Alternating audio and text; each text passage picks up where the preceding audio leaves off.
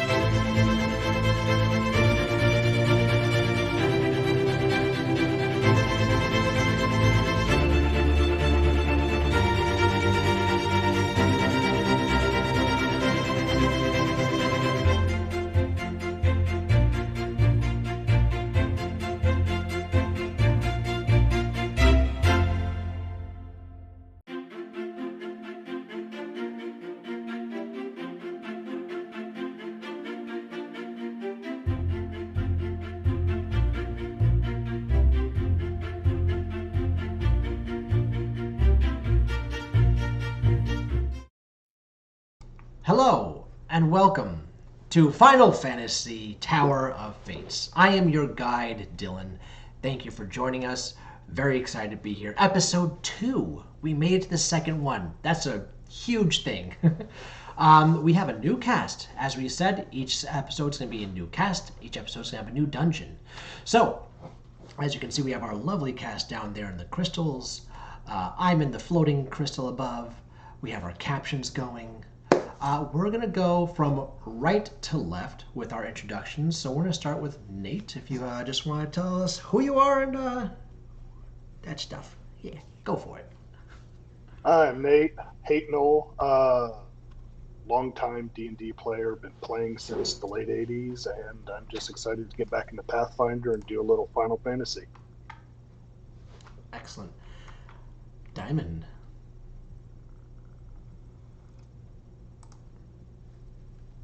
Hi there, my name is Bandis Diamond, but you can call me Diamond, and I am very excited to be here to play this game.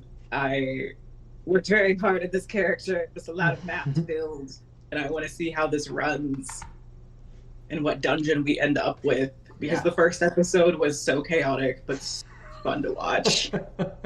It was the best kind of chaos.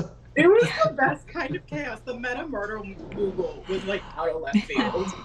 Danny, she played that so well. All right. I can gush over Olette, but we're gonna get into our game. All right, and Ling, you're up. Hi, I'm Ling, she, her. I am super happy to be here.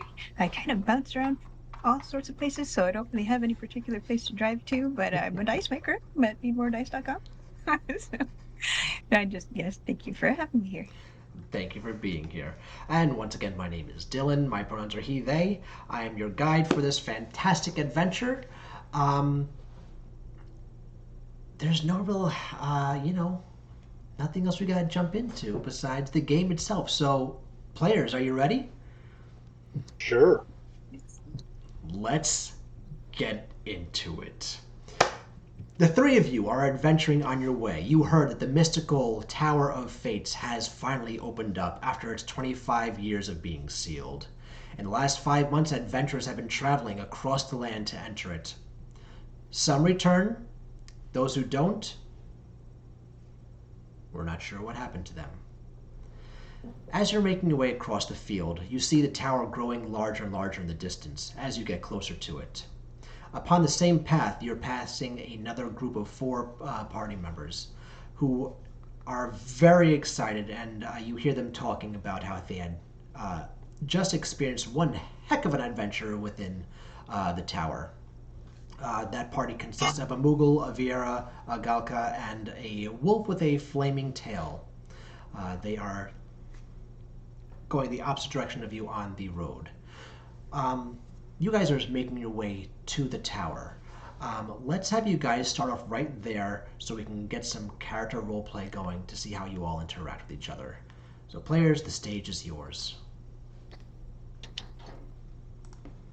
Well, I'll start since we went right to left before.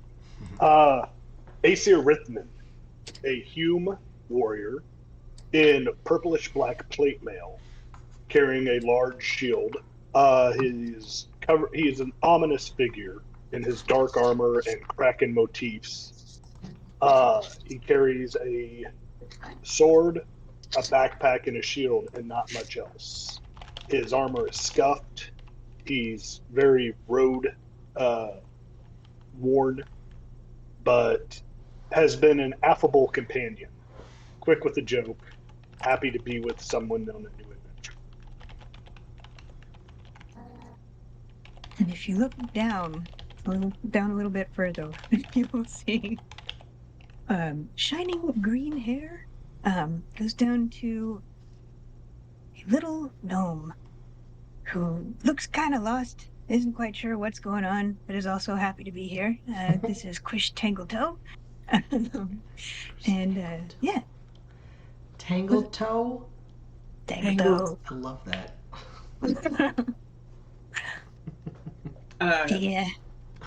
And from the gnome, the camera pans back up and up and up and probably up again because they are 6'2", up to Avira, Avira with white hair at the center that bleeds into a golden blonde with what looks to be a mixture of forest debris tangled within their bright and very messy curls. They have rings around their ears that go up all the way the sides, and green facial markings that kind of look like leaves. They're wearing studded armor that's been makeshift together and using woven threads and twine from probably also the forest, carrying a small longbow and two different quivers full of arrows, one on the back and one on the hip. And you all would know this to be Ozzy, who is Osmanthus Leavenwoods, who uses they, them pronouns. And for the walk up, they have been giving you kind of the rundown of their last excursion they went on, where they posed as a tour guide and was fired for getting people lost in the woods on accident. Completely side But Ozzy, note. are you ever really lost in the woods? I mean, Vera get lost in the woods. It was kind of an accident. it's an adventure. You tell them to stay on the road, but then they think it's like, oh, but I want to go pick this flower. And then you tell them that the flower might eat them, or that there are things that like the flower more than them. But if you see something that's about your height with a giant knife, don't go near it.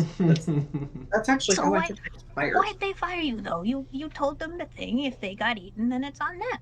I mean, they didn't come back from the forest, so it's someone else's problem. Well, if they never came back, were they? Oh, sorry. They never came back. Were they actually lost, or did they just wander off to their next thing? It's not your fault. If you swing your longbow around, you're going to probably hit the Vera in the forest. They might hit you back. So it's not a lose-lose situation. At least they can't tell people that I lost them in the forest. Right. Yes. This conversation is going on as you are still making your way towards the tower. It takes about another 15 minutes from where you were for this conversation to come to an end, and you are now at the gates, not the gates, the entrance of the tower. A small Moogle standing at the, sitting on a rock in front of the tower, wearing a leather vest and a monocle in one eye, sees you coming and floats down to the ground. Oh, welcome, travelers, Kupo. Are Welcome. you gate guard? Oh, I am the one to lead you, Kupo. I make sure everyone who comes here knows what they're getting themselves into and how to make it happen. Kupo. Hmm. So you're a tour guide. We're going to a tower. They're buildings, usually, with things inside them. But are there rules to how this works? To us going in and coming back out? Of course, Kupo. So, the tower, as you can see, very, very tall. It points up and up and up and up, and as the farther you're higher you're looking, you're seeing the tower ascends into the cloud line and above. There are not many windows that you can see, and the ones that you do see, they look blacked out. There is no glass between the stonework. It is just empty space. The door itself is very plain, very generic looking wooden door, nothing too special. And then the Moogle continues. There are many adventures that come. Each one chooses a different level.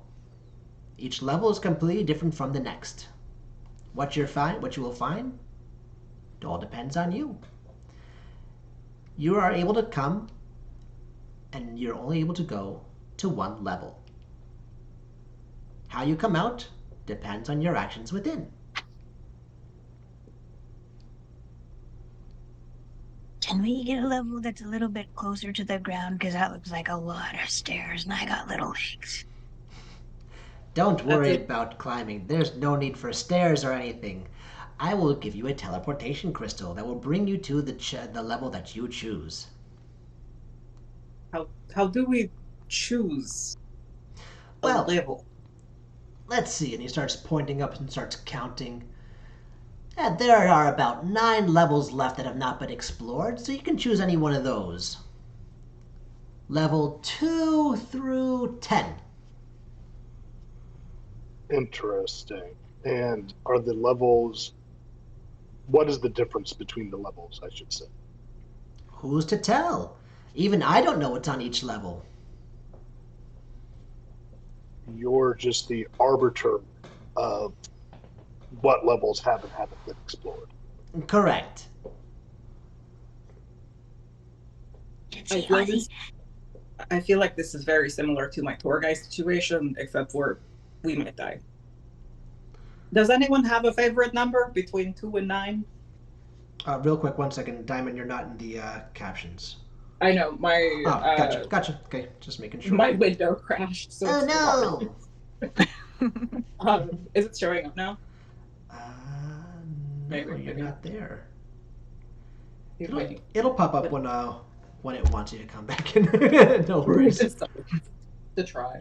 So Ozzy's just gonna ask. It's like if there's any number between 2 and 9 that the other two would prefer. As you say that, the Moogle pops up again and says, so if you don't choose a floor within the next 2 minutes, the tower will choose for you. What if we choose to turn around and go home? That's an option as well. We've had plenty of adventurers try that.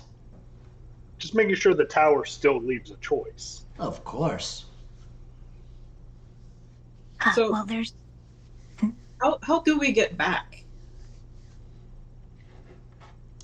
We'll get to that when we come to that road. Ominous. I am fine with the power choosing unless you two have an idea. There are 4 crystals of light, 4 crystal warriors. They're legend, so let's choose 4. 8? Or 4? 8. I am fine with 8. 4's Look. good. I absolutely trust our smallest party member with the biggest decision. We can go for Oh, 8. math. Okay. 4. 4 is a number. There's 3 of us. So 4 times 3. But we can't go to 12. So No. what if we do 1 plus 2 is 12, and that equals 4, right? Let's do 4. Floor Alright, number let's 4. 1 second. Let me see which one that is. Okay. Your logic is impeccable. Okay. The Moogle smiles at you all broadly, takes the monocle off, rubs on its leather and puts it on the other eye, and floats with its little wings, flies over to you guys, and procures a crystal from its pouch that was hidden within its vest, and hands it out to you all. Simply touch the crystal, and you will be transported to the 4th floor. Yeah, I'm going to unsling my shield, pull my sword, and then reach for said crystal. Because this guy gives me these. No offense. Are you coming with us? Did you say you're going to guide us through? Oh no, I'm the guide to get you there. Okay.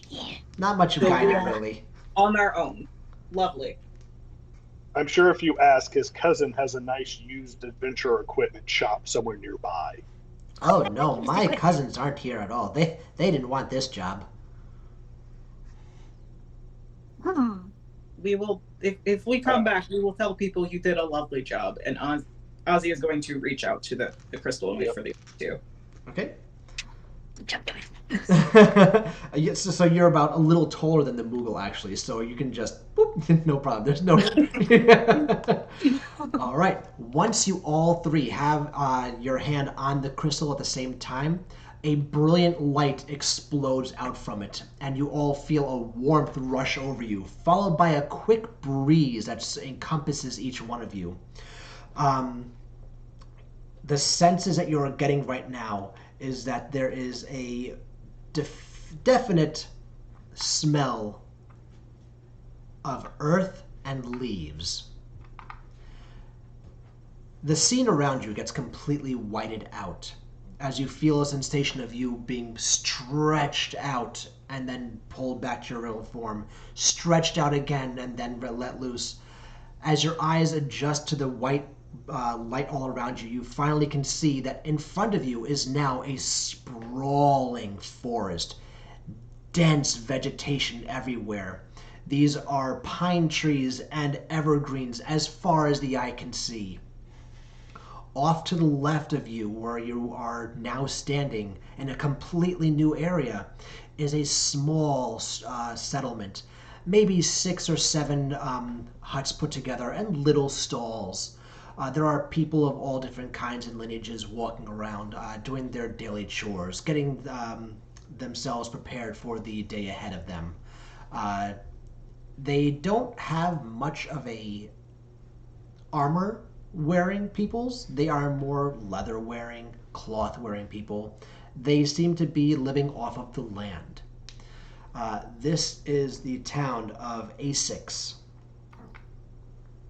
How the hell is this inside a tower, guys? I think that was the wrong crystal. And did they send us to a forest? You know, we should be fine in this one. I don't think I can get us more lost than we already are. Yes, you could be our tour guide. Yes, yes. So which way do we go? Do we go towards that way or that way? We could talk to people in town to find out where the next thing is, or we could just wander off into the woods like your previous customers. The thing about town, I think sometimes they have we will be breakfast. better. That's. We will be better off probably with other people. So let's go talk to the villagers. Yes. Okay. Who's good at talking to people? Because that's not my forte. I can scare the villagers. Maybe we don't start by scaring. Can I have a piggyback? On the shoulder. Master Now we are Blaster. very friendly looking. All right, you guys start. Ridiculous, friendly, either way. It's the same thing, right? You guys start making your way into A6, and there are several people you see off the side. They are tilling the soil. Some are planting right as soon as the earth gets tilled over. You see them planting some seeds and folding the earth back in of itself. You see other small children to the side chasing after chicken. It's a very small community, but everything is almost on top of each other, making it very well aware that this is a close-knit community. Do you have anywhere specific in mind? Anyone that's particular that you would want to speak to? Or are you just looking for the first person that's in your path? Can I make a perception check? Yes, to just please kind do. of see what the vibe is. Sure. Here we are. What is my perception? It's gonna be a 30. Oh, all right, cool. You see everything. Do I see the Twitch stream? You see up in the clouds 4 people looking down upon you. So you see everyone's really tending to their tasks. They're not really paying you any mind. Some people look up, they see you, they give you a very cordial, friendly nod, hello, and they go about back to their business. If you're looking around, you do see, well, because you have a 30, we'll give you the whole lay of the land. If you're looking behind you, if you're looking in the distant areas, not to the forest, not inside the village, you see that way behind you is a sprawling mountainside with snow-peaked caps. The plains are wide and open, and you see parts of the grass are starting to change color. They're starting to die.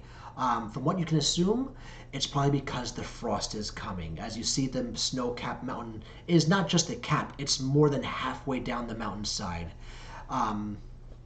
It is slightly overcast, so there is a good amount of gray cloud everywhere.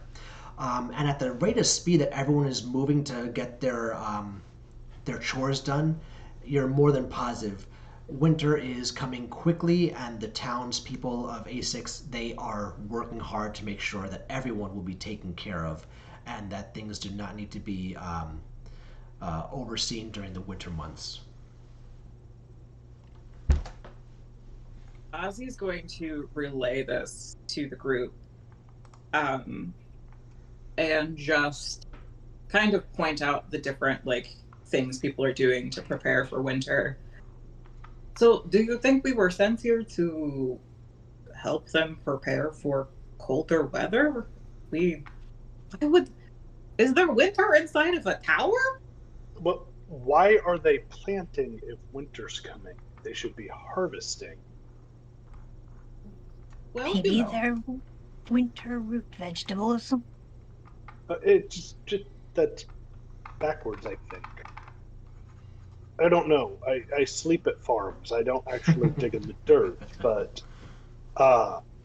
yeah, you plant in spring and harvest in winter, last I checked. Vizier, maybe you're here to teach them how to farm correctly. That sounds more like something someone smart would do. Like one of you two. I know how to eat vegetables. I'm not so great at growing them.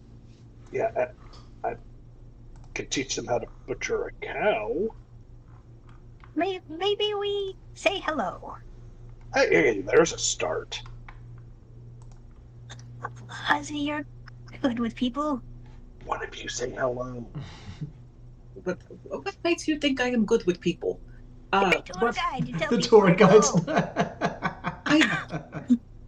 I'm not a very good tour guide.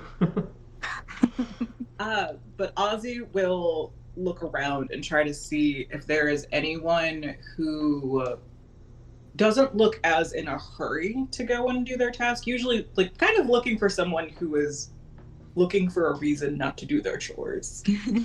Perfect. All right, you see that there's an older person hunched over back with a what's it called, crooked cane, and they're just directing, but nope, you're not tilling that earth properly.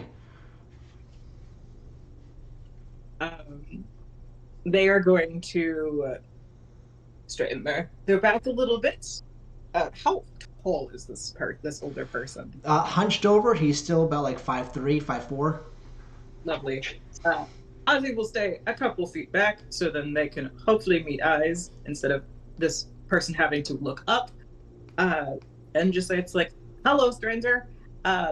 We are here to explore and solve problems you may have. But why are you farming when winter is coming?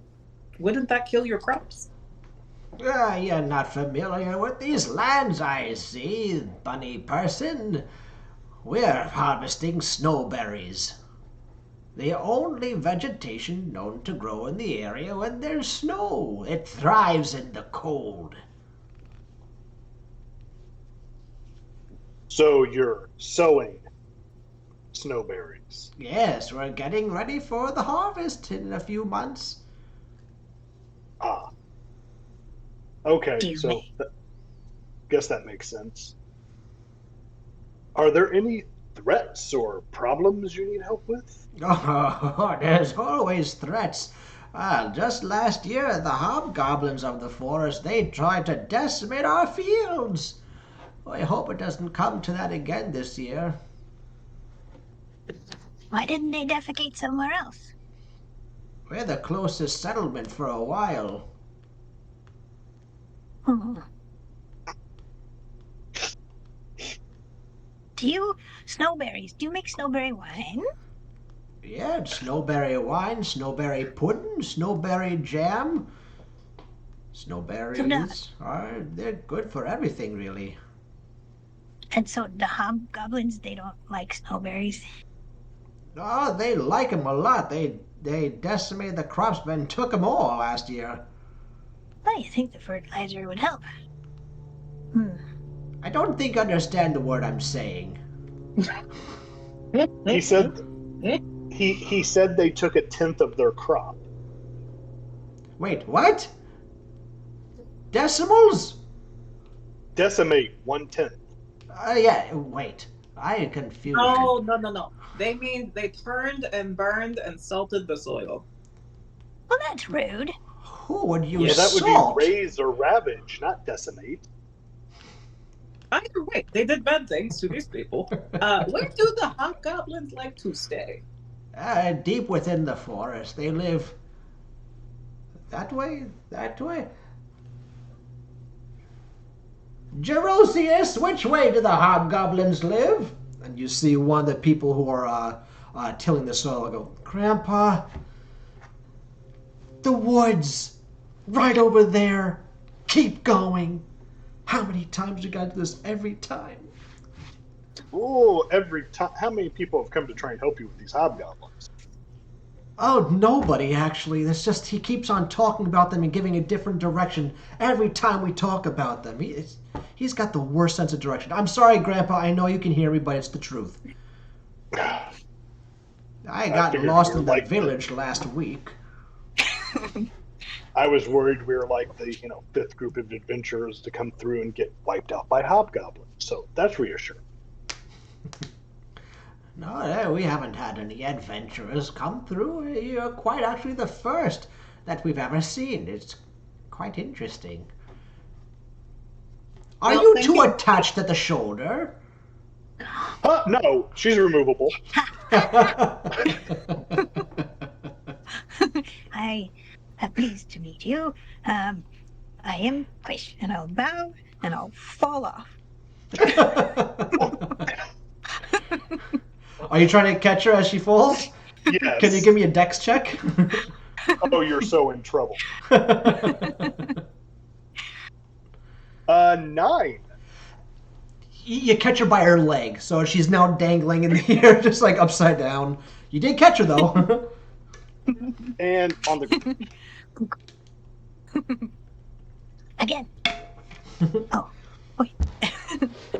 As you're discussing with the elder what's going on with the hobgoblins and the crops being taken out each year, you do start to notice a small group of people forming in the back of the village, and their hushed voices as they're looking at you. Now you have become an item of interest to the peoples, because as the elder had said, they don't get many adventurers, let alone travelers. So this is now exciting, but in their quiet village, exciting is not always the best thing. So they are having a hushed, cautious conversation in the back. hey, Gramps, was that going to be a problem? Talking? So sometimes talking becomes a problem. Depends on what you're talking about, but no, they're wondering if you're going to be a problem.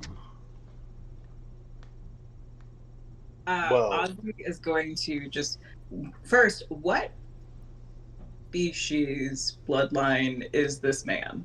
They're all It's- Humes. They're all Humes. Yeah.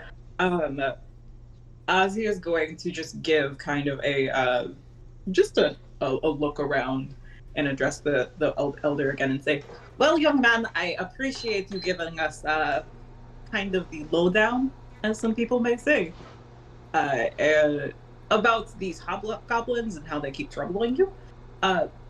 Do you know anyone who might sell some healing wares? We can probably try to see if we can either negotiate with these goblins to maybe plant their own crops instead of coming to steal yours, or we can them for you if you would like." Well, that just went in two different directions in one sentence. Let's see. You're looking for healing salves. We have the herbalist. That's Nancy. She can help you out with herbals and healing stuffs. Or you can speak to Derek over there. He knows how to kill things. So, since you went in two directions, there's your options. Nancy the healer, Derek the death dealer.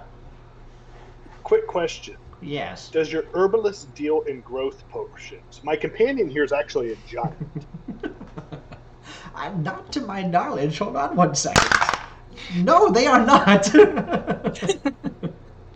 they are not skilled in growth potions.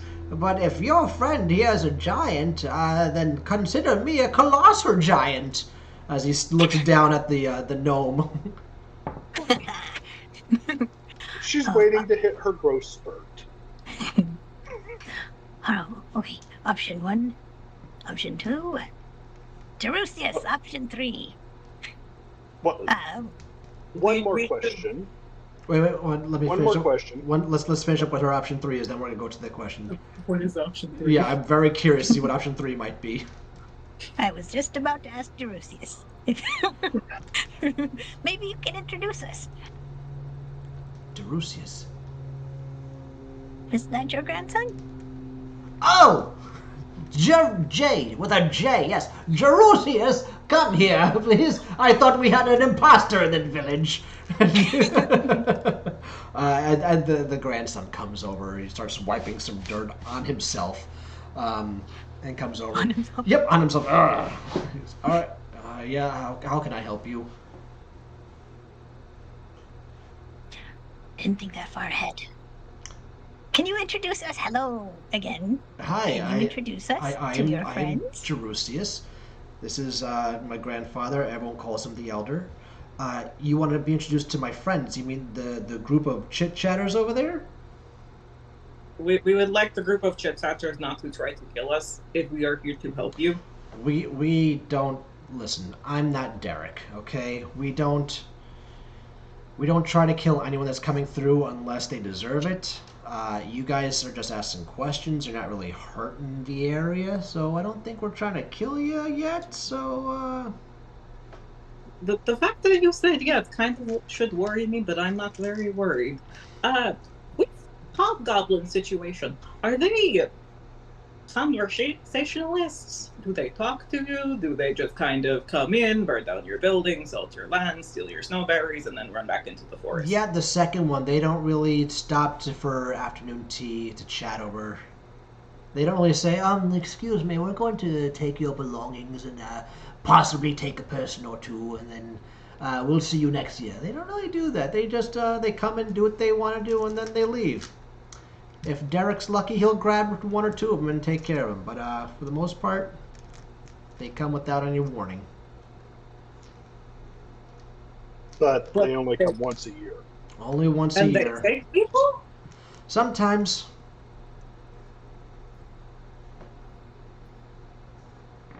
And Ozzy's gonna look between their two companions and just say, it's like, I don't think these hobgoblins are a good thing. We might be able to just take care of them and then be on our way to find out why we are here, besides maybe these hobgoblins, unless they are the reason why we are here. I mean, we could bring the hobgoblins snowberry jam and tea and show them that eating the raw berries isn't as good an option. As you're saying that, Jerusius then says, well, that's the thing. When we go looking for our lost friends, sometimes we will find them. All of them or not parts of them? whole. Yeah, parts of them.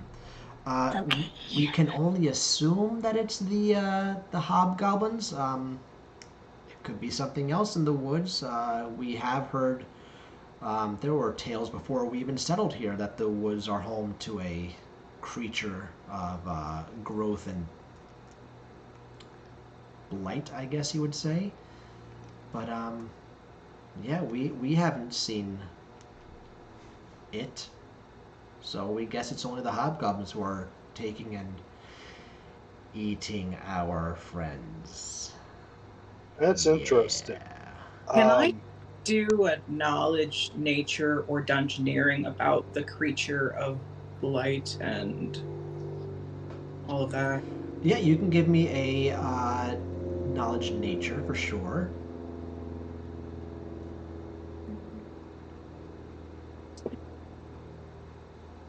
That is going to be a 16. 16. You're not familiar with any plants that are a blight, any creatures that are blight that live in a forest. Plants or creatures that live in a forest that are considered blight. But you do know that there are plenty of things that live in forests that consume flesh. There are both plants and there are also beasts that live within forests. You're not familiar with this forest. This is the first time that you've come across it. But knowing that there's hobgoblins in there and that they come once a year to get harvest, there's probably something else out there that's taking their foods as well. So, my thought was that they are stealing tribute to get something else off their back, and this is a circle of life type thing. The farmers just happen to be a flat spot in the circle and don't get to enjoy the rest of the cycle. Does that make sense? Are you asking me or are you saying it to your party? To them. Okay. My part. Technically, the farmers are part of the circle if they are being eaten. So the ordinance is correct, I would assume. They don't get to enjoy the upswing part of, the rest of the circle. Either way, sounds like we go talk to some hobgoblins. And by talk, he kind of lifts and drops his sword. I mean, one of you talk to them? Did you name your sword the Conversationalist?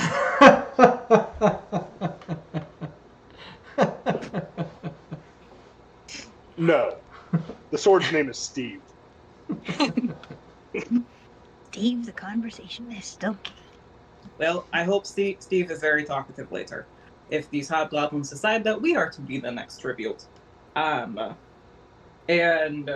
Ozzy will look back towards where Nancy was pointed out and just, like, hands on their hips, just say it's like, hello, I am Osmanthus. Which one of you is Nancy? You see an old, shriveled up woman with like a long blanket, really, brought over their head, draping down. She hobbles over. You called for Nancy? Hello, young lady. I would like to procure any kind of healing salves and or potions you might have, just in case you might die to these hobgoblins. Oh, well, come with me. And she reaches and grabs your hand, and which is at head height for her because she's also hobbled over, and she starts trotting over. You're very tall, aren't you? Well, thank you. Vera usually are very tall. Oh, that's nice to hear. It's good for you.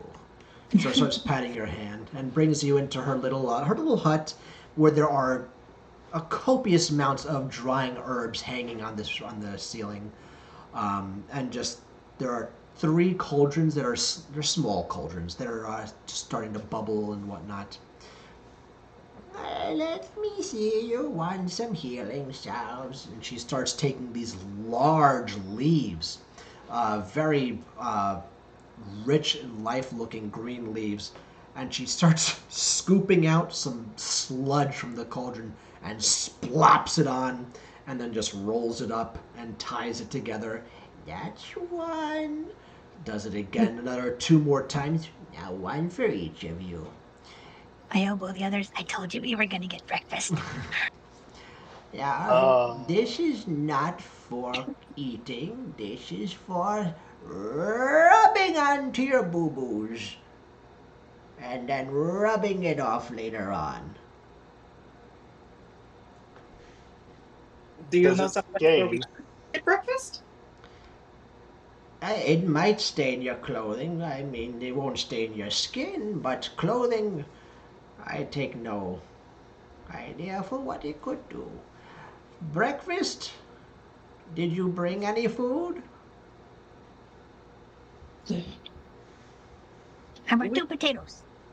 There's your breakfast. Hey. Can I plunk them in the pot? You don't want to put it in there, and I don't want you to put it in there either. It's gonna change everything that I do. Okay. Thank you, Nancy. Of course, little one. She just pinches the cheek. And I pinch her cheek back. And that is why I wear a helmet. Good job. All right. So you have 3 healing salves, which are the same effect as a potion. Okay. Okay. Do we need to pay her for these? Nah. There. If you look around, there's like no currency being handed off to anyone. It's all barter system pretty much in this.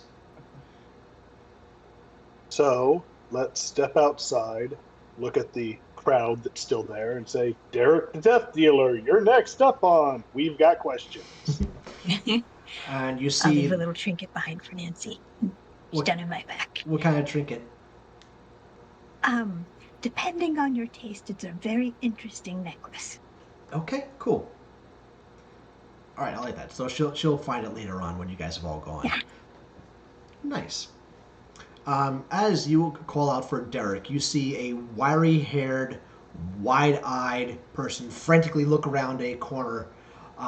They are very skinny, wiry hair, but they look very wild and eccentric at the same time with his erratic movements and whatnot. He comes running over with just a stick. Yeah, yes, I'm Derek. Derek, Yes, do you know where the hobgoblins lair? lair, no. Hobgoblins, maybe. Can you lead us in the direction they usually drag people out of here? Oh, yes, I can. Will you lead us? Elder, it's been some time since I've ran in the forest. I'm off! And he just starts pointing his stick forward and just goes. I guess we're going, guys. Cool. Follow him. Do you need a shoulder? Yeah. I absolutely don't. I just really like being. Oh, we are following Derek the Death Dealer and his nature stick. Can I run a perception check just to keep an eye on things going on as we're like leaving town and going into the forest? Yeah, no problem. So the edge of the village is at the start of the forest. Like some of the cabins are up against the boughs of the pine trees. So yeah, you can definitely give me a perception with that so you can see what's up. 21. Okay, as you're walking outside of the village now, and you look behind you, you see all 20 people that live in the village are now standing in a semicircle watching you all leave. They don't wave goodbye, they just watching you and Derek enter the forest. And you see one small child pull on its mother's arm and say, "We're not going to see them again, are we?" Now, you're marking your way into the forest. It is automatically darker, automatically denser. The air is thicker, but somehow it's more warm, just a smidge compared to being out in the open. There is a plethora of bird callings going on throughout the forest. You can hear little small creatures skittering through and jumping into the fallen branches, the leaves, the undergrowth. there is one path. It's not a game path, but it is definitely a visible path that is used to go in and out of the forest, used either by hunters or possibly just Derek. Derek is about a good 30 feet ahead of all of you, and he's still with his stick pointing forward, and he's not walking per se, but he's sitting sideways and like inching his way inward, almost dragging his back foot, kind of like a fencer moving onward and in.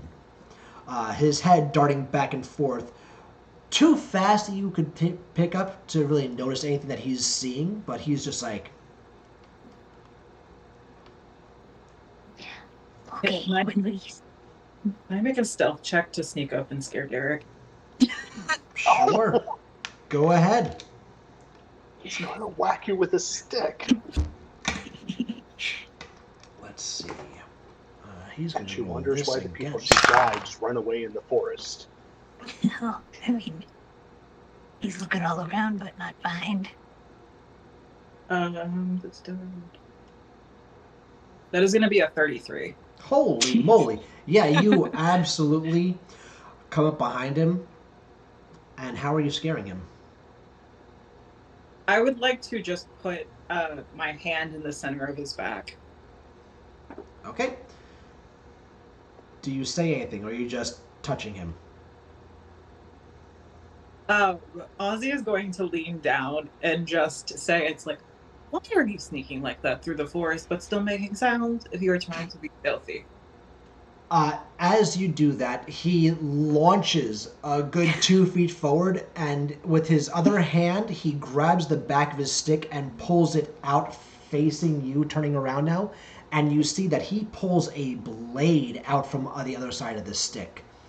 And is now, the blade is about half a foot away from your navel, and he goes,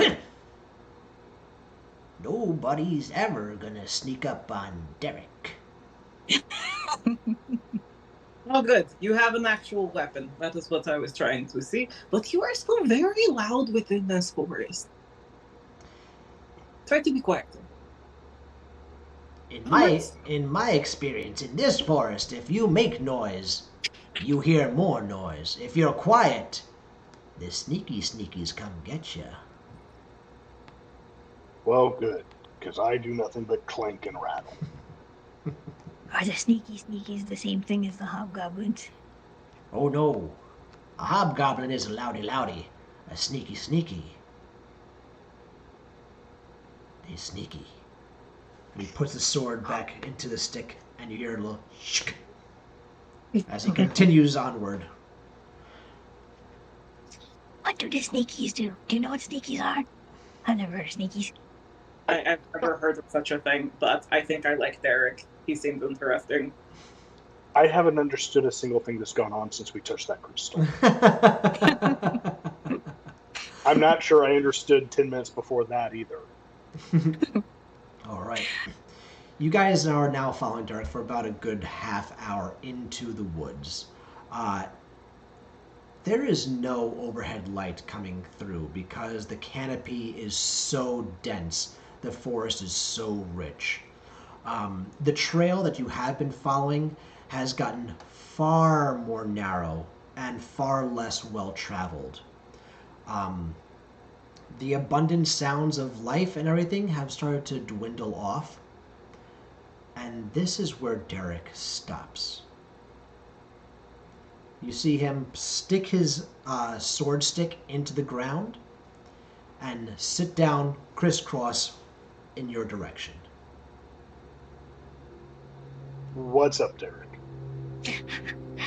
Well, you asked me to bring you where they drag them off, and here it is.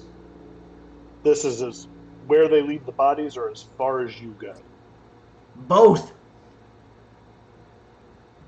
So you always find body parts in this place. Not always. Sometimes I see them over that way, sometimes I see them over that way, but this is where we see the drag marks stop. Ah. And it's very twilight in here, dark. Twilight is a good description of how it is right now. Like there's a So for very some, shadowy canopy, very hard to see. Yep. But for some reason, there are light sources that are just flickering through the area. You can't really tell what it is, but it's natural. Well Can I then, take a look around the canopy? You want to look around the camp, so you're going to climb up the tree? No, I'm just from where I am. I'm gonna look up and kind of see if I see any giant birds that are about to Sure, give me a eat perception. us or uh, 29. You rolled a 29? 29. Nice. Okay, cool. So you look up and you see that the branches are almost woven together because they're all hanging over each other. You see that there's a few nests, like small nests for chipmunks, squirrels up top, chipmunks down below. Squirrels, some birds' nests. Nothing threatening that you can see. Okay. well, Derek, I think from this point you should probably head back so we aren't leaving you where the drag marks end. I've never been afraid of drag marks, but Yes, but whatever picks up the body you might want to be afraid of. well, there are 3 of you and 1 of me, and I like your numbers better. So yes, by all means, please adventure in. I will leave the stick here for you to find your bearings. I appreciate that. I will pick up the stick as soon as Derek turns around. So Derek unsheaths the sword part and leaves the stick there. I wish you all good luck. Goodbye! Watch out. And he turns around and starts hopping his way back towards the village. So, option 1 is we continue down this path because they leave the body here, but they obviously continue on because it's more path. Option 2, we toss the smallest, lightest person we can up into the trees to see what bites. Option 3, one of us lays down right here and waits for something to come eat them. Option 4, I light my sword on fire and just burn down the whole bloody forest. We are not burning down the forest. That is the bad thing. I do not suggest that. Other Vera would be very upset about that. I, on the other hand, do not care. This is not my forest. Just saying, But Steve gets angry, Steve lights on fire. Option 5, and I take off down the path. What the? The gnome is Luckily- gone. Luckily, her taking off the path is 3 long steps, and I can never catch up with I'm that. faster than you'd think. I have a move of 40. You're not that fast. I would like to. Ozzy's going to take out their dagger that they have and just mark in the ground near the base of a tree, and put it to where it's kind of like indicating it's like we went this way. Sure. And then I would like to. Is the canopy thick enough, and are these trees old enough that Ozzy might be able to go from tree branch to tree branch if they were to go up into a tree? Give me a nature check. Ooh, fancy. Recreation. I did stop when I realized they weren't following me. That is going to be a 17. Okay, these trees are definitely a good size. They are very wide around. They are very healthy. Even though they are close on each other, they seem to be getting enough rich nutrients from the soil that they are hardy. And you can tell that they would definitely be able to withstand your weight if you were to jump from branch to branch. Then, because Ozzy is going to stay on the ground but follow the other two, I would like them to keep just a passing perception on trying to see when or if the forest seems to look sickly, because one of the things was it was not despair. It was like something in the forest is blighting it, and usually blight to Ozzy means that something is making things sick in nature or taking things away from it, like taking energy away. So that's going to require perception then, if you're looking for that specifically.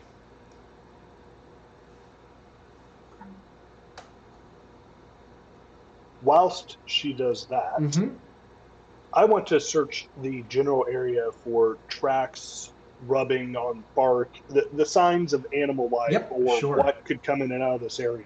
Sure. So, survival time. Just to see what the, regular cycle is here. Absolutely. But first things first, someone redeemed dance break, so everybody boogie. Everybody boogie. Everybody boogie. Everybody boogie. Everybody boogie. All right. I got a 24 on that check. All right, so you're also rolling a survival. You guys gonna say give me survival for the animals. All right, so you got 24 for perception. It looks good. Everything is nice and pristine in this area. There is nothing blighted. Nothing's dead. Everything is very, very healthy. Very, very healthy. I'm gonna do a detect magic. Okay. Detect. So first, let's get Nate's nature. Oh, sorry. 14. 14. There's some areas where you see like some bushes have been disturbed. You see like a fallen antler, so you can tell there's definitely some deer in this area.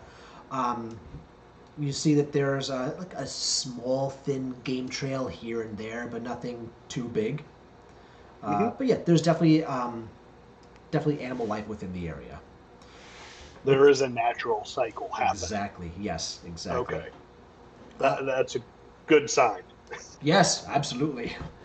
With your detect magic, you see that the ever-present light sources are wisps of magic, actually. They are floating. It's not a congealed thing. It's not a physical aberration. It's not a monster. It's not a creature. It's just the magic of the forest that is giving off light for you all to see. It's very considerate.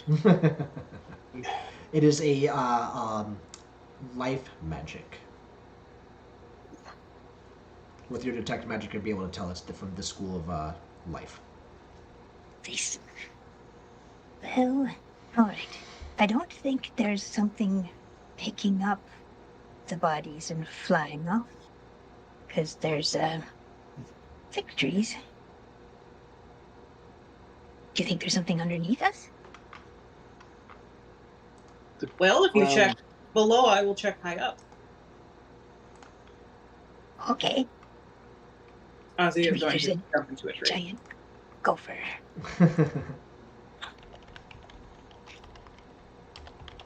All right, so if you're looking, can you all please give me a...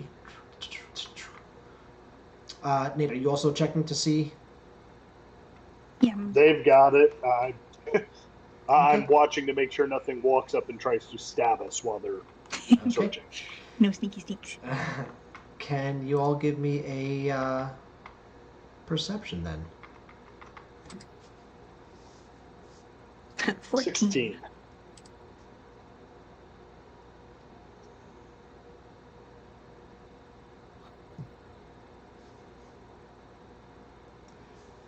Dirty 20. Okay. Do I need to make an athletics to get into a tree? Yeah, 1 second. I'm just gonna delete this. How is it going? Okay. Where is the... Yes, turn that on. Come on. Go away. Whatever. Delete. Bye. Bye. Unable to delete.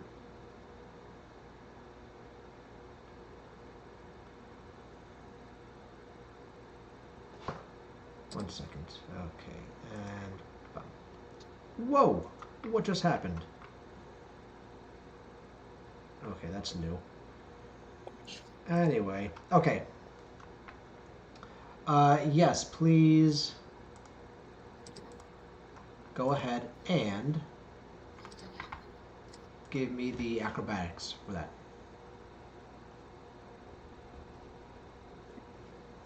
14. Okay, yep, you climb straight up, and with your dirty 20, there's nothing. So you're looking just in the canopy area, right? Canopy area, and then trying to look through it to see if any light is penetrating. Like I'm trying to get a gauge of how hard would it be to break through this canopy. Probably up to what might be the target. Yeah. It is. Dense. There's nothing up there that's a threat, but it is dense up there.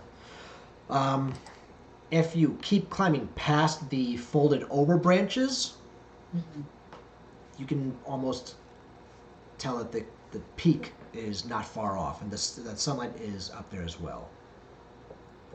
I would like Ozzy to keep climbing until they hit the top of the tree that they're at, and then observe and then drop back down. Okay. No problem. Safely. For 14 and 16, you guys don't see much anything down below where you are on the ground. It seems like you're walking through a fairly pleasant woods. There's no threats detectable. It is a nice area. It seems completely juxtaposition from what the townspeople, the villagers, and Derek were saying. So, Aesir, what you're saying is you sow plants, but you harvest berries. Well, you sow seeds, you harvest the plant, however that may happen. So do you sow seeds into your cloak? What No, if they you grow sow them later into on? the ground.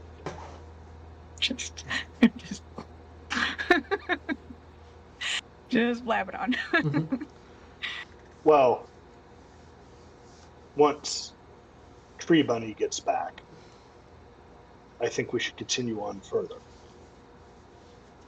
Yep. So Otherwise, we're going to be stuck here in that horrible little village until the harvest to meet the hobgoblins. So as you're saying that, Ozzy, you make it through the branches. You see that there is sunlight above. You can see nothing but trees as far as the eye can see, and make your way back down. And Ozzy is going to land and they kind of look back up and then back like forward, and they mark again like what direction. And Ozzy has been just kind of marking the same direction that we've been walking. Mm-hmm. Every, like, I want to say what the equivalent of a mile would be most likely. Just kind of trying to orient themselves.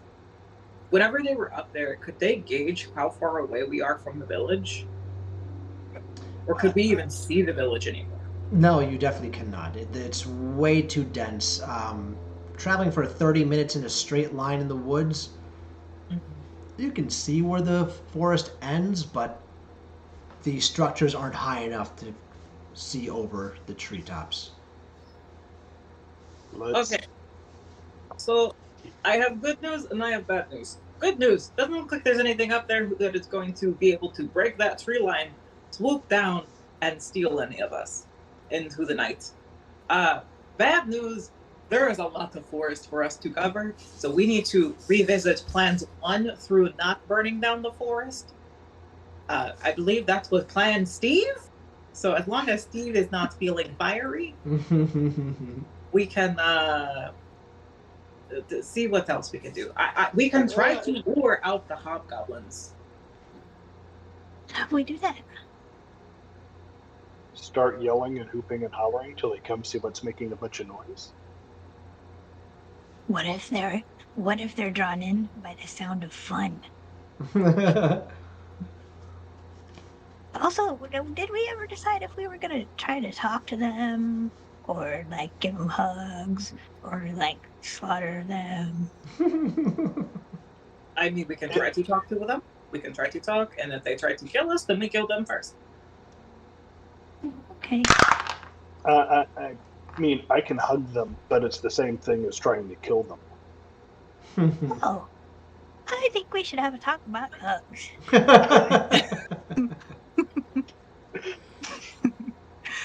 Uh, oh, you know what? I just remembered. We're in a tower. Yes. That's all. I just remembered that. Oh, Let's yes, keep going. very strange tower. Let's keep going, and then we can sing a song, and maybe they'll come and meet us. Okay, All Tell right. Steve to lead. okay, he ignites the sword. It's a flaming sword! So he can see better and starts walking forward through the forest. All right. You guys see a blazing sword come to life as your warrior starts marching deeper into the woods. I Yes. assume the two of you are following close behind. Yes, I put my Acer and potato on Steve the will end of the lead. stick. I'm trying to roast my Are potato you underneath. trying to cook your potato on my flaming sword? No, next to your flaming sword. Acer will Um, hold Steve up so he can see with it. I'll hold my potato up just behind because I already got it up there. Nice. And go forward. warned by Derek about the sneaky sneaks, whatever that may be, and we're trying to find something out. Ozzy's gonna start stealthing again and just be a little bit quieter to comparatively versus the warrior who is probably. Are you in full plate metal? Full plate mail, Yeah. shield, flaming sword ablaze, held over his head, Okay. flanking along in full plate. He's as subtle as a train wreck. Yeah, Ozzy is gonna want to try to be the polar opposite of that, and try to see if maybe that will at least get us something to engage with, and because that wasn't something that the villagers had told us in the village. It's just something Derek had mentioned that colored Ozzy is a little bit weird, because that's not something they've ever heard of. Sorry, which part was weird? The sneaky All of sneak it? was weird. The All of sneaky it. sneaks, yes. Yes. Because it's So, been you nothing but expect me to sing strange. while I do this? Say that again, please. No, she had said singing. I want to make sure I'm not expected to be the one to sing here. It'll be painful. Gotcha. Okay. I'm I making would lots of like. noise. You sing. Okay. I don't know if I can do this with this cantrip, but I would like to project out in front of us. I think it can go 60 feet, a ghost sound, Yeah, sure. and I'll try to make the sound of Derek, just saying whatever Derek said as loud as I can, but like ahead of us, Perfect. 60 feet. Perfect. Love that. Love that so much. I had a 23 on my stealth check. You're quiet. You're silent as you're going through. All right, and your ghost noise, 60 feet ahead of you, you hear, well, I like to kill hobgoblins in my free time. Maybe that wasn't the best decision. I'll switch over to Grandpa and Nancy. All right, so we'll say that like every time you reach that 60 feet, you throw another ghost sound out, while our warrior holds aloft the flaming sword of I can see in front of me now. The flames are not touching the branches; they are too high up, so the forest is safe from the flames. I'm trying. You guys are now walking for an hour deeper into the forest. Um, good. I need you all to please give me a perception check. 9. Oh, Cool. 18. Cool.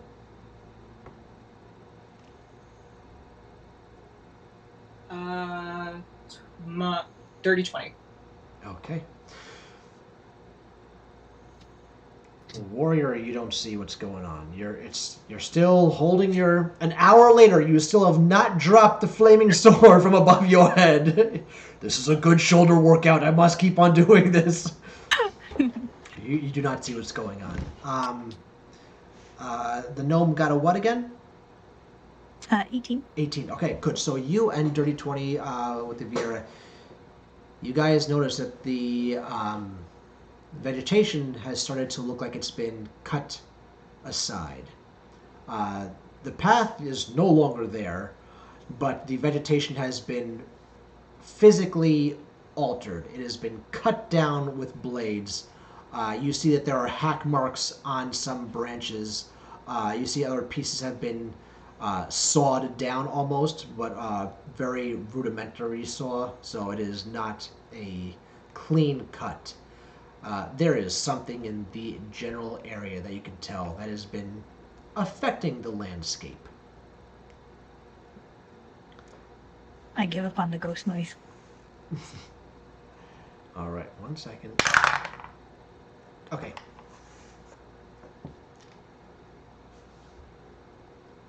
What is the walking order that you are in? Obviously, the warrior's up front. I think I'm in the middle. And I'm in the back. Okay. Well, visibly, it's just me and the gnome. Yeah. Yes, yes. And our bunny shadow. And my potato. And your potato And your stick. Our gnome friend, you feel something grab your ankle. And as you look down, you see a hand reaching out from bramble. Not a bush, but just stuff that's on the ground. And it starts to try and pull you. Can you please give me a strength check?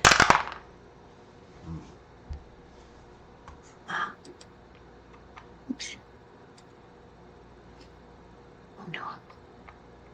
Sorry, I'm looking at this new character sheet. I'm trying to find where I get that check. Oh shoot. We'll just throw one of these.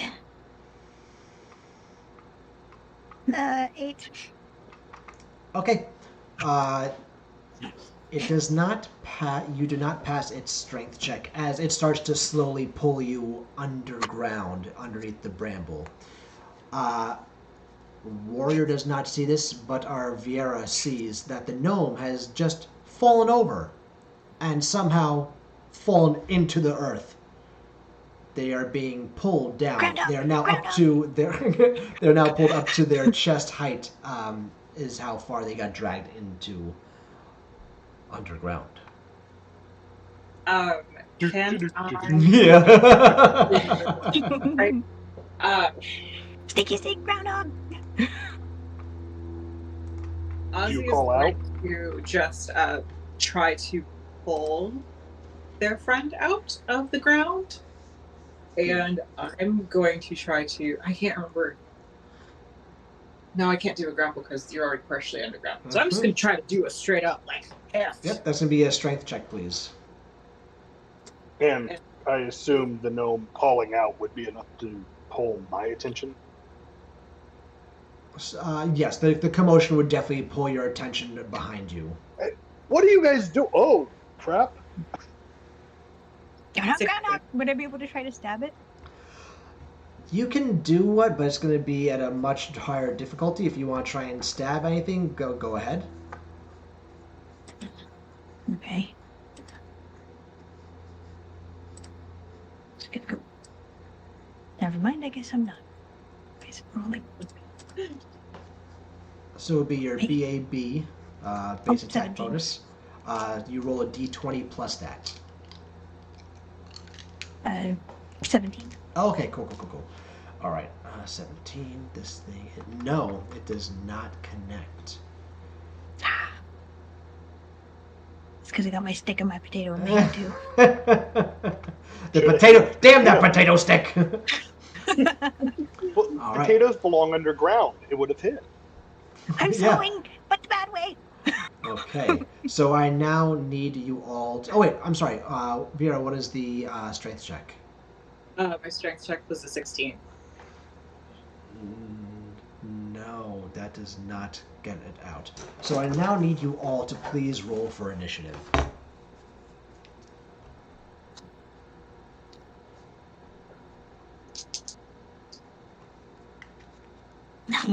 One. You don't have any bonuses to your initiative or anything that you just. Oh, okay. Oh No my deaths. On the opposite end of the spectrum, a 24. Okay. It's Vera, the rest of the world, then me.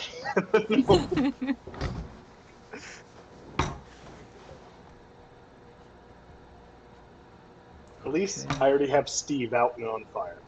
True.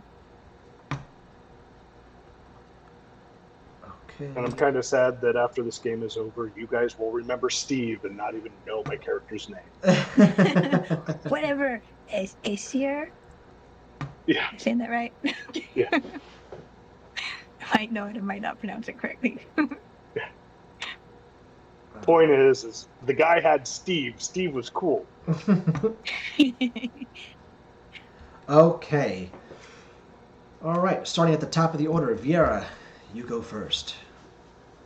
I'm sorry, I'm not using characters' names. I'm terrible with human names as it comes, but now with the players' names, I'm not doing well with that either right now. All right. Ozzy is going to use their action to just continue pulling on their friend to try to get them out of the ground. Okay. Go for that strength check. That is going to be an 18.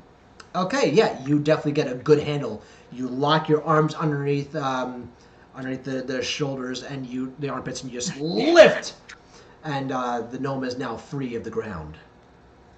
Cool. All right, friend. I'm going to take you this way, and Ozzy is going to move back 20 feet because my movement speed is hindered while carrying somebody. Correct? Sure. Yep. Makes sense. Okay. So Ozzy's going to move back 20 feet because I have a full movement speed of 40, and as a swift action, so it's my swift action, my movement, my action. As a swift action, I'm going to attempt to aim at the bramble bush for whatever may out. Mm-hmm. Okay. All right. And for aim, I'll grab my real quick so I can get the thingy-majig on that. You see what it gives me and what it does. What it does. What it do? What it do, baby? At first level, an archer can aim at an opponent, can see as a move action. Can I hold? Oh, so it's but at 7th level becomes my swift action. Can I hold a swift action? You can hold your action, yeah. Okay, then I would like to hold my swift action for whenever something from that bramble bush pops out that I can then aim at. Okay. All right, no problem.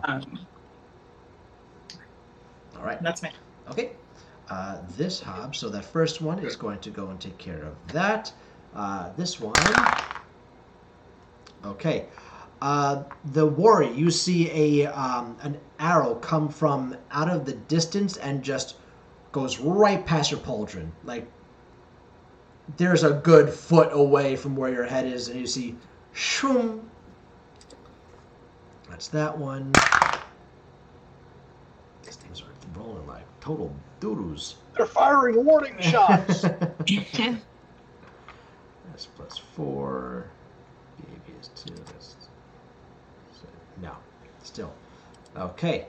Another one goes right between Vera's ears, coming from a different direction. And the last one. Okay. This one actually hits the goblin. Not that goblin, sorry, the gnome. As you're being carried, an arrow gets launched and it hits you in your leg. And you see that coming from off in the distance.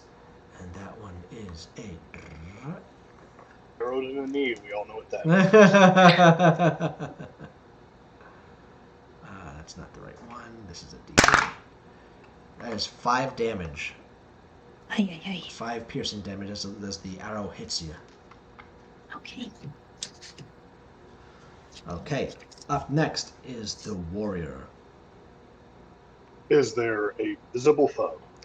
They are not visible. They are concealed and hiding. Well, something stuck its hand out of the bramble right there, right? Sure did. So there's a place where the arm came out. Sure is. So I will stick Steve back in said hole violently. Okay.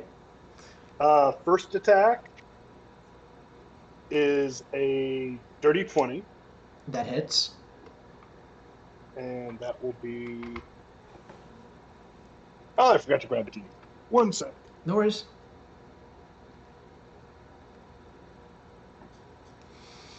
That is 11 plus 8, 19 damage on the first strike. Okay. 6 of that flaming. And the second strike will be a natural 20. Beautiful. Love it.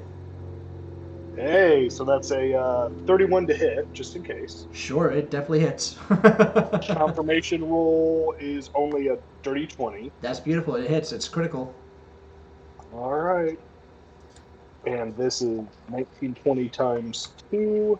So Pathfinder, all the damage adds up, then doubles, right? Or is it just Yeah. the dice? You can definitely double it. So roll them up and double them up. Okay, so I got 5 on the dice. That's 10, and then it's plus 8. Is the plus 8 double too?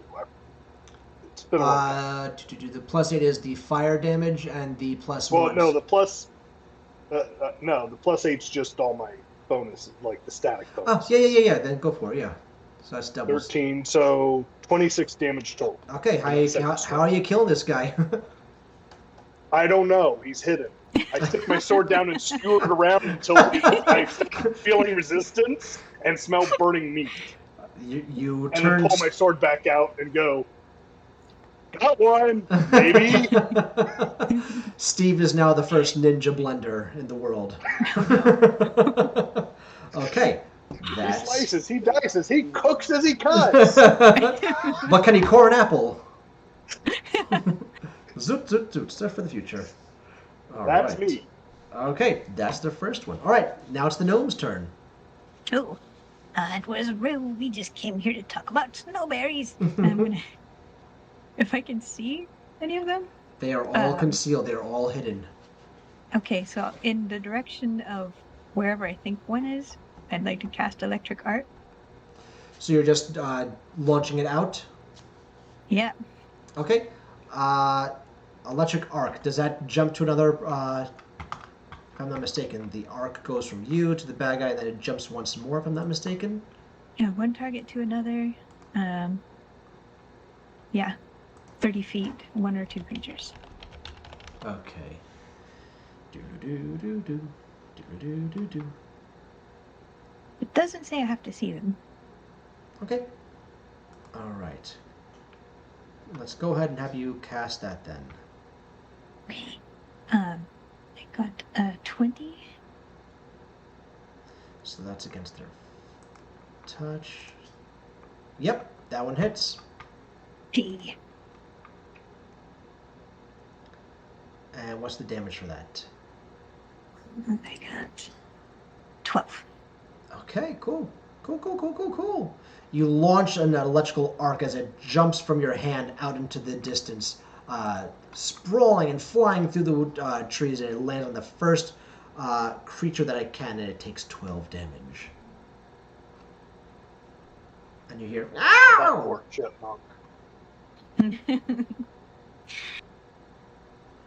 Okay. Top of the order. Unless you want to do anything else. Are you moving around? Are you... No, I'm going to stay next to Ozzy. Okay, alright. Speaking of, Ozzy, it's your go.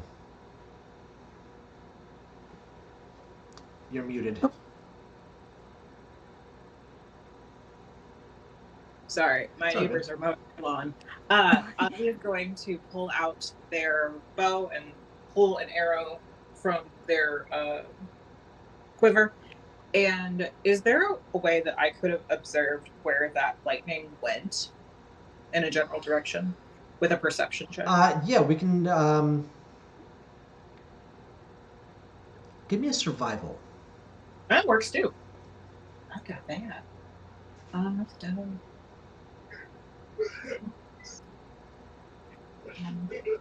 23. Oh, that hits. Oh, I'm sorry. 23, yeah, you can see the exact path of where it landed and where it solidified on the hidden hobgoblin. Good save. I would like to fire a tangle shot arrow. Ooh. So, and let me grab the description for the tangle shot. That where it sprouts vines and roots into the spot, right? Yes, because they have to make a fortitude save, I believe, against it, or else they are entangled. But because I also have mini shot on it, I have mini shot because as an archer, I can fire 2 arrows at once with the same thing. Beautiful. They just have to be the same type, so I'm firing 2 tangle shots, so they have to make 2 saves against it. Love it! So that is going to be...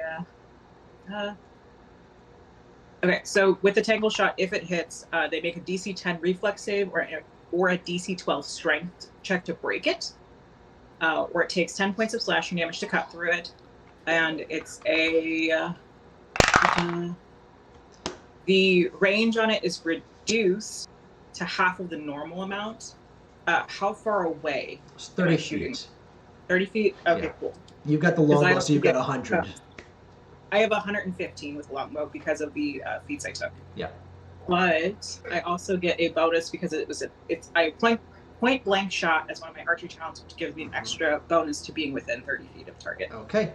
So it was a dex save of, you said, what was the? It is a save of 10 is the DC to not be entangled by it. I'm shooting 2. So I'm going to roll my attack roll because with many shot, I use the same attack roll on the 2 arrows going at once, and because I'm within 10 feet. So I'm looking at my cheat sheets. Mm-hmm. So it gets out of the first arrow, but because you launched 2, let's see if it does the second one. No. The second one, it gets struck by and does not save. Okay. And then I'm going to go ahead and fire again because I have, I believe it's called. But does it take damage though with that first arrow? Okay, it does not. It's just an entanglement. Just the entanglement. Yeah, Got it's it. just an entanglement. Cool. Going to use rapid shot, which allows me to make an additional range attack, but I just use the -2 penalty when using rapid shot, but I get to use my highest bonus when I roll it. Okay. Cheat, rapid shot. Just as Parker said in our last game, don't mess with rangers. Don't mess with an archer. Yeah. That is going to be a 25 to hit. Oh yeah, it hits. Okay, and That I hits shot nicely. lovely. Ozzy shot a bleed arrow with that one. And with bleed arrows, they do the normal amount of damage, which is a D4. And then they, on top of the bow damage and whatnot, but they also take 1 point of bleed damage every round until they Sure. So, let me roll the damage.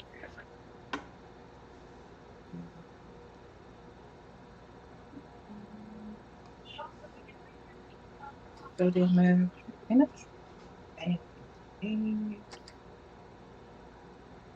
then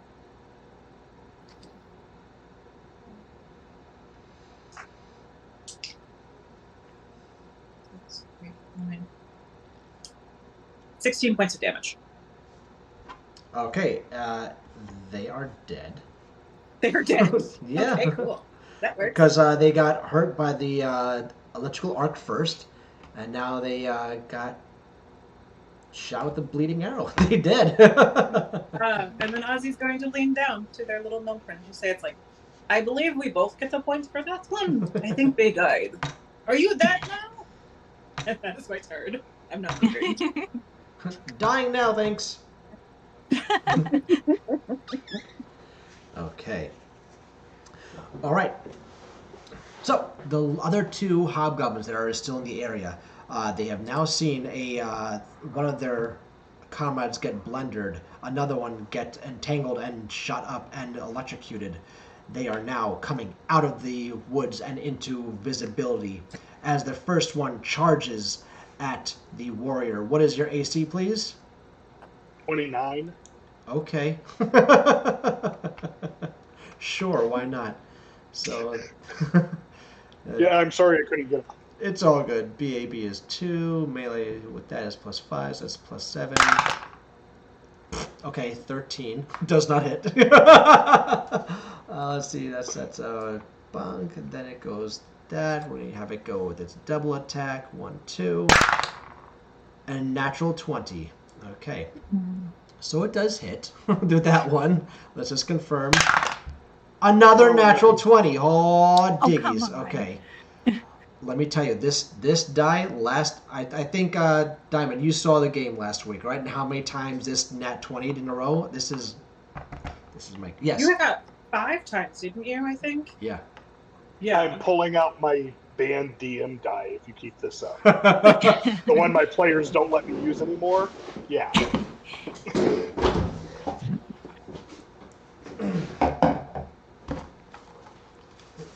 I see your bad DM die, and I raise you the Honor Among Thieves die. Yours is fancy. Mine's the one my players banned me from ever using again. All right, so that's that. I would love to see that die in action later on. All right, where are we? That is that. All right, do your pittance of damage. Oh, shoot. Since it critted, it's that. That's that. Okay, where's the D8? Here's the D8. 4 plus 5 is 9. Double 18 damage. Ooh, scary. That's the first one. Okay, that hobgoblin did that. And now the other one's going to come and charge at the Viera. Ozzy, what's your AC, please? 19. Alright, so 16 plus 2 plus 5. Okay, it definitely hits. That one hits, so it's going to then come and attack with this. That. With this. Where's the D8? Oh, there it is. 7 plus 5. 12 damage. As it comes and attacks it with its long sword. Okay. Alright. Up next is our warrior, who has just been struck by the hobgoblin that's directly in front of him. Did you just... What? No! You chinked my armor! How dare you! The first roll is only a 21 to hit. Hits. Steve, take care of this guy! Get him, Steve! 17 damage on the first strike. Beautiful.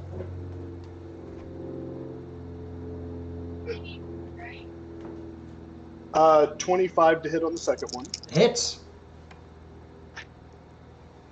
And that is 9 and 17 on the second one. Beautiful. Alright, how are you cleaving this guy? Well, I will grab the hand that struck me, take Steve, put it under his rib cage, lifting the guy up, and then slamming him into the ground to free the sword. There you go. Beautiful. Love Pop that. him like a ripe melon. Love that. Okay. You scratched the paint on my armor! I just had this detailed! And then he will turn and, seeing only one hobgoblin left, stalk towards his companions. But I can't attack, but I can stalk that. Sure, yep. It's now our gnome's friend. It is your turn. You see that there is the one hobgoblin left in front of Viera, who you are next to. It is close enough for you to attack. Can you remind me how much damage my friend took and whether he looks bad or not? How much damage did you take? Was it 7? I took 18 points of damage, points but of do damage. not seem very phased. Okay, I'm gonna do electric arc again. All right. Trying to hit mom. Jeez, 14. Say again, please. 14. Yep. That. Oh, wait, hold on. Yes, it hits. It hits. Oh, hey. Yeah. 11. 11. All right. Cool. All right. Is that your only action for right now? And I talked to him, and I would say, why'd you attack us? We were just here to talk about snowberries. What the hell? As it gets launched backwards a little bit by the electricity, it goes. Yeah, it starts. The food hurts. The food fight? What? The food hurts. Oh, the food hurts. Yeah. Oh. Well, don't eat it. All right, now is Ozzy the Viera's turn.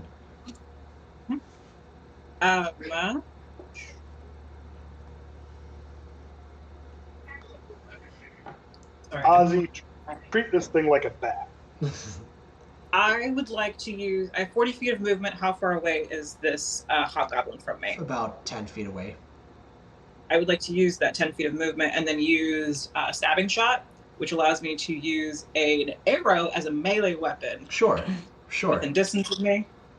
But as my swift action, I'm going to aim at this hobgoblin, giving you a bonus on my perception against him. Because overkill is, which is going to be, it's a melee attack, and so I'm using my melee base for stabbing shot, which will be 16 to hit. Does not hit. And then I can use, while using stabbing shot, I can use rapid shot, which allows me to take an extra attack against him using my bow up close because I have precise shot, which allows me to basically get right up in the taint of it. And so I'm going to shoot at him using a bleed arrow again. I take the -2 penalty for that at point blank with aim. It's going to be 24 to hit. That hits. The -2, what was that for again? The -2 is to do a second attack. Okay. I Because do it's the also penalty to do believe both because you went up to it for the melee attack, so you are now within 5 feet. Technically, I'm not sure if you're allowed to do a range attack at 5 feet. With stabbing Point-blank shot. Well, with stabbing shot also, stabbing shot pushes them 5 feet away from me. But it didn't connect. Stabbing shot didn't? Okay, then I'm still up Remember, against him. the first attack didn't hit, the second one did. Yeah. I have, I'm trying to remember which one it is. I believe precise shot gives me range and melee. I have something on me to where it takes away the distance. I'm trying to look and see which one it was. But if I can't do a precise shot, basically allows me to fire into melee. So if you are engaged with somebody, I don't take the -4 penalty for doing that. But if I can't, then I will use, because I only use 10 feet of movement, I'll move back 30. So attack, move back, fire. Okay. Let's get into long distance range. Okay, cool. So we'll have you do that, and then you made that shot, and that one was 20 plus, you said. So yeah, that one definitely hits. Okay, and that's with the bleed arrow, which is the +1 damage. So I do also the aim on it. Aim.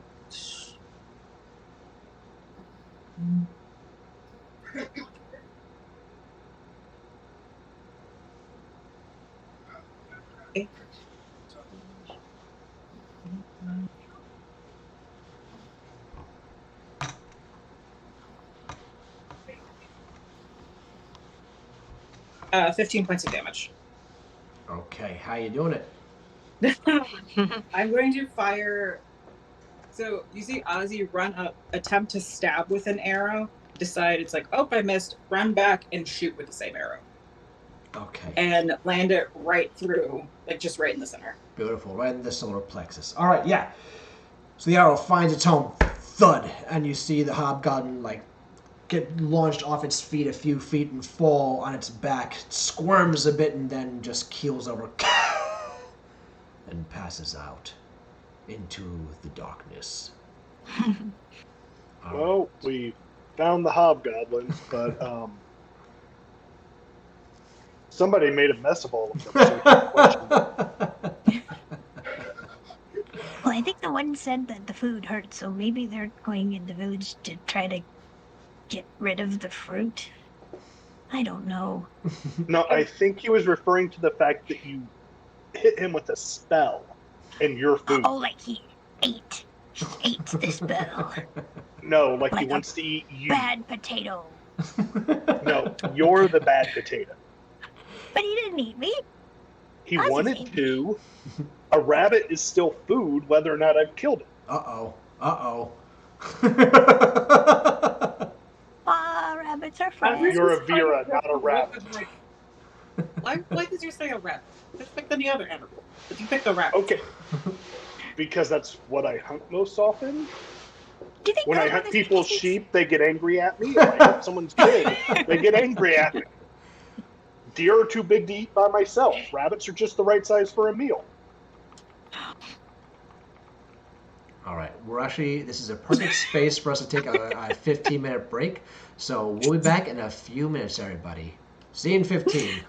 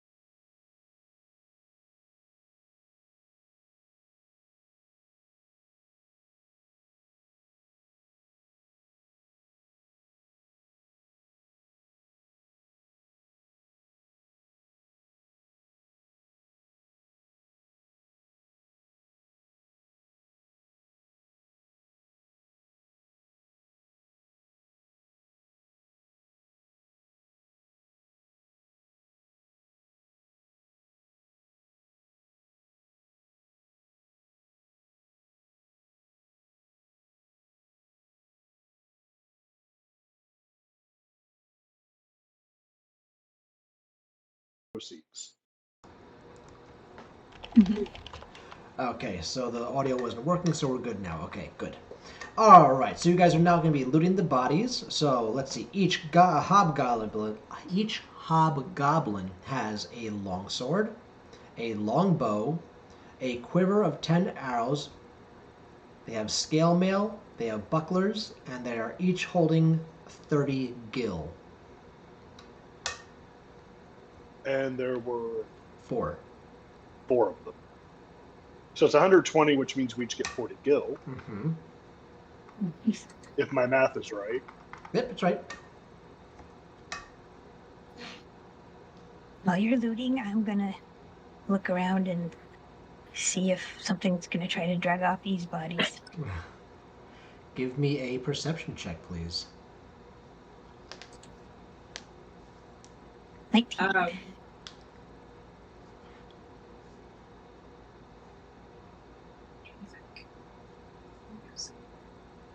Okay. Real quick, when I dragged the body out of the hole, the one I kind of stuck in the hole and flambéed, what is that, like just a low spot they dug to hide in? Is it like constructed, reinforced? I mean, what is it? You can't get into the hole deep enough with your giant plate armor to really investigate it.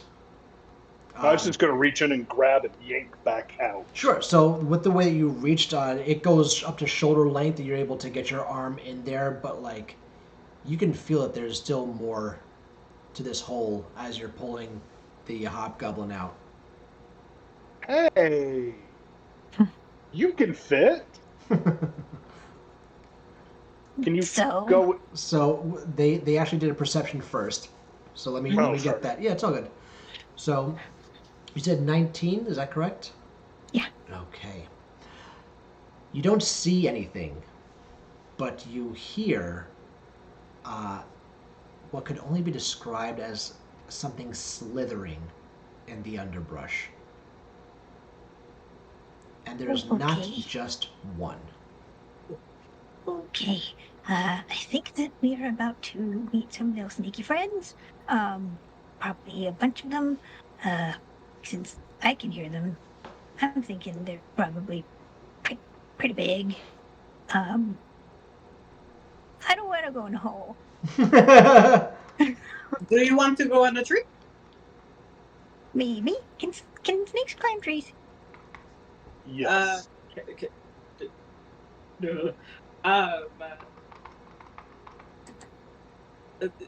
So you do want to go on a tree? Can you fight from a tree? Maybe we should run away. We need to solve this problem so that we can escape the tower that we are. Okay, yes, tree, please. Then I will have Ozzy help. What is your character's name? I'm sorry. Quish. Quish. I would like to have Ozzy help them into a tree with a branch that they would be able to see the ground from. So one that doesn't have a lot of like cover. Well, actually, do you have anything that would allow you to fire from half cover or anything like that? Yeah. Okay. I don't want to make you unable to fight if you would like to fight. Thank you.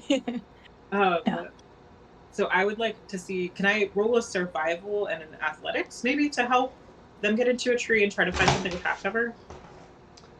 Since our friend is very... Yeah. You could do that, sure. Okay. Steve and I will stay here. Did I think that the slithering was coming from underground, from the hole, or just? Oh no, it's you know it's not coming from the hole. It's coming from the forest.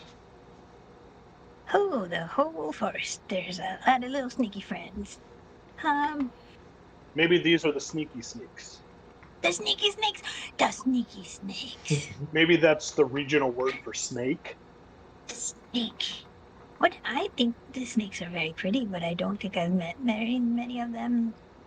Well, look at the bright side. After we kill them, they're good eating. But maybe they're friends, just like rabbits are. Rabbits are good eating too. I don't think hobgoblins are. No. 23 for survival and a dirty 20 for athletics. Okay, and you definitely help the gnome up into the trees. And does this give Wish the benefit of half cover? Well, we can give it half cover, yeah. Okay. Thank you. You're very squishy, and I would like to not die. Squishy, squishy. And then, can I, while we're trying to figure out things, can I have Ozzy look at the arrows that the hobgoblins were using? Are these very crudely made? Yeah, they're pretty crappy I have arrows. craft ammunition. Okay. Yeah, they're crappy arrows. Okay. As we'll say, because you were able to see that pieces of limbs and stuff were chopped down before, you can assume that was made from there.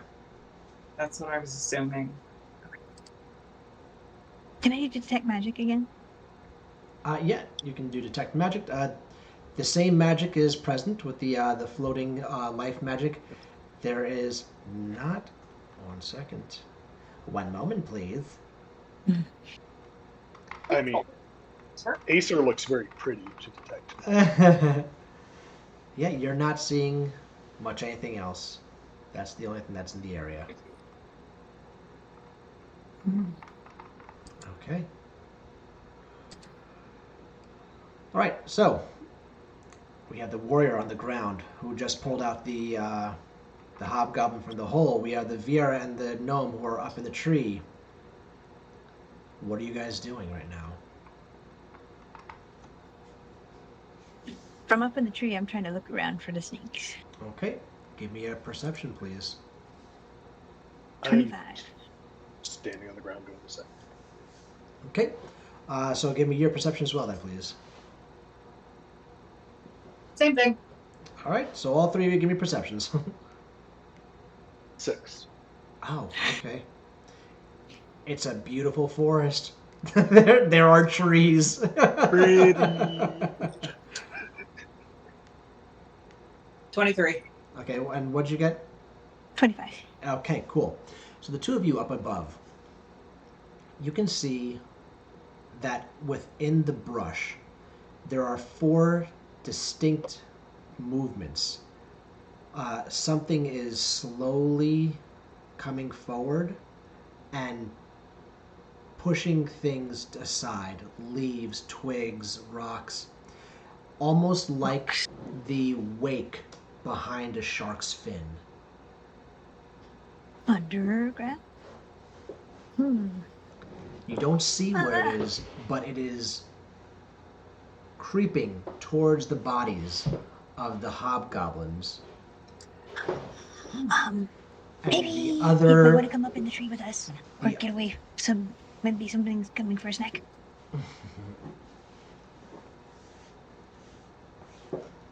Us here.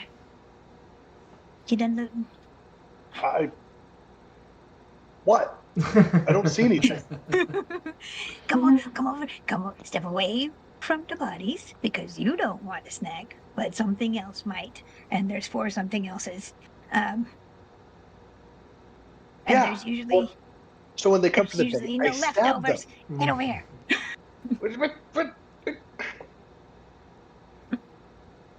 But you should set the body on fire before you come up here. Set the body on fire? Just stab a body with spicy Steve and set one on fire. Let's see if it will eat it when it's cooked. Stab a body. I guess I'll climb a tree. What is your athletics? Well, 2 feet above the my ground. climb is a 12. Okay. Is that affected by my Yeah. ACP? Yep. with Okay, your- so I have a negative 8 ACP. So I get a plus 4 to climb. Okay. So 19. Okay. Nowhere near as bad as I was thinking. Okay.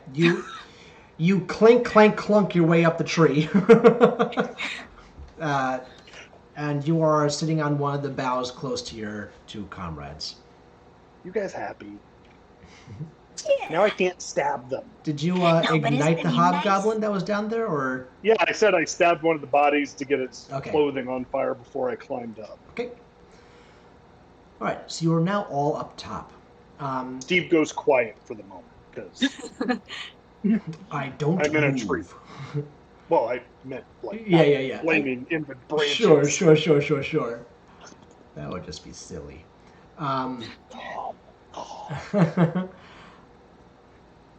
You guys are now looking. You saw the four things moving on the forest floor.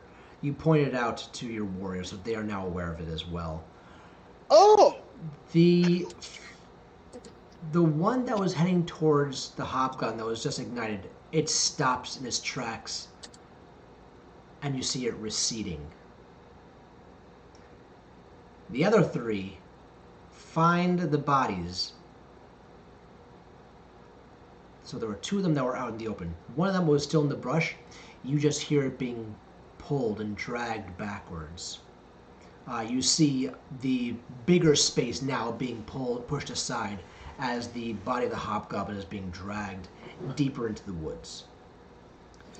The other two that were in the small opening of the pathway, you see what looks like snakes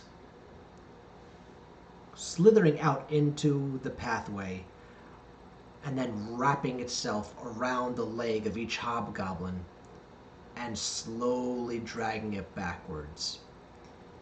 The more you focus in on this, you see that these are actually vines.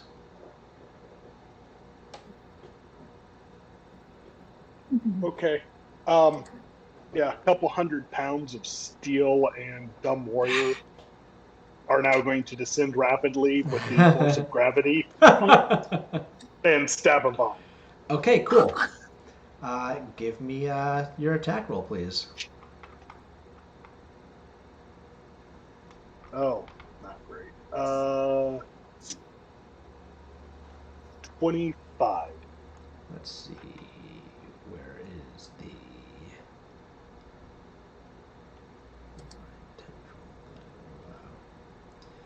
Yeah, that hits. Okay. Hopefully they don't like fire. 11 damage. Okay. You cut the vine off from where it is, so it detaches from itself. It's still wrapped around the leg of the hobgoblin. As the one vine flaps around and flails, green ichor starts like spewing out, flapping in the area. As it then quickly pulls back, you all hear a roaring deeper in the forest. Ooh, I made it mad. Yeah. Let's follow the other one dragging the hobgoblin. Come on. Come on. You should make Steve spicy again, just in case. Oh, Steve lit up as I... Sure, yeah, I figured, yeah. Yeah. When I tipped forward out of the tree, Steve lit up and I just came down full weight. Nice.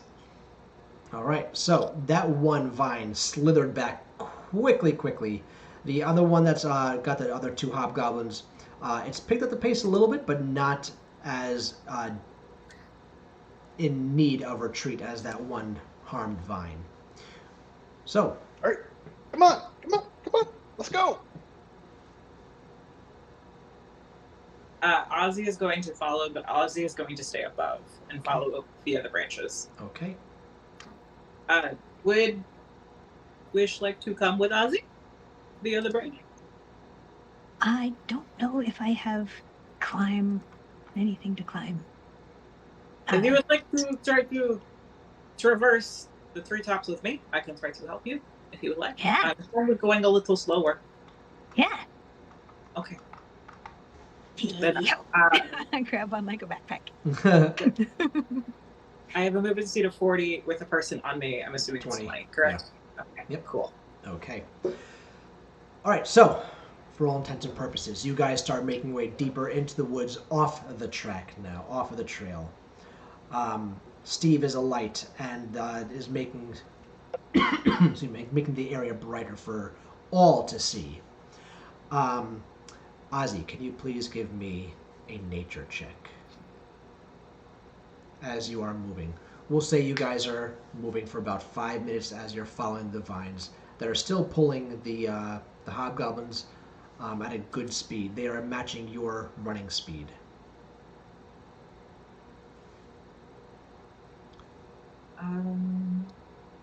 It's going to be a 13. You're noticing that some of the leaves and branches are starting to look a little decayed the further you go into the area. Okay. It's Are going- the It's going from like a nice rich brown bark, very rich green leaves, to black. tree branches still stable as we're making our way? Not so much. It is definitely affecting all plant life in the area. The branches, the leaves, the bark itself, the ground, the bushes in the area are looking not so great. Her potato. Our potato is now melted. No. Oh no! Not potatoes! It's just stinky mush on the end of my stick.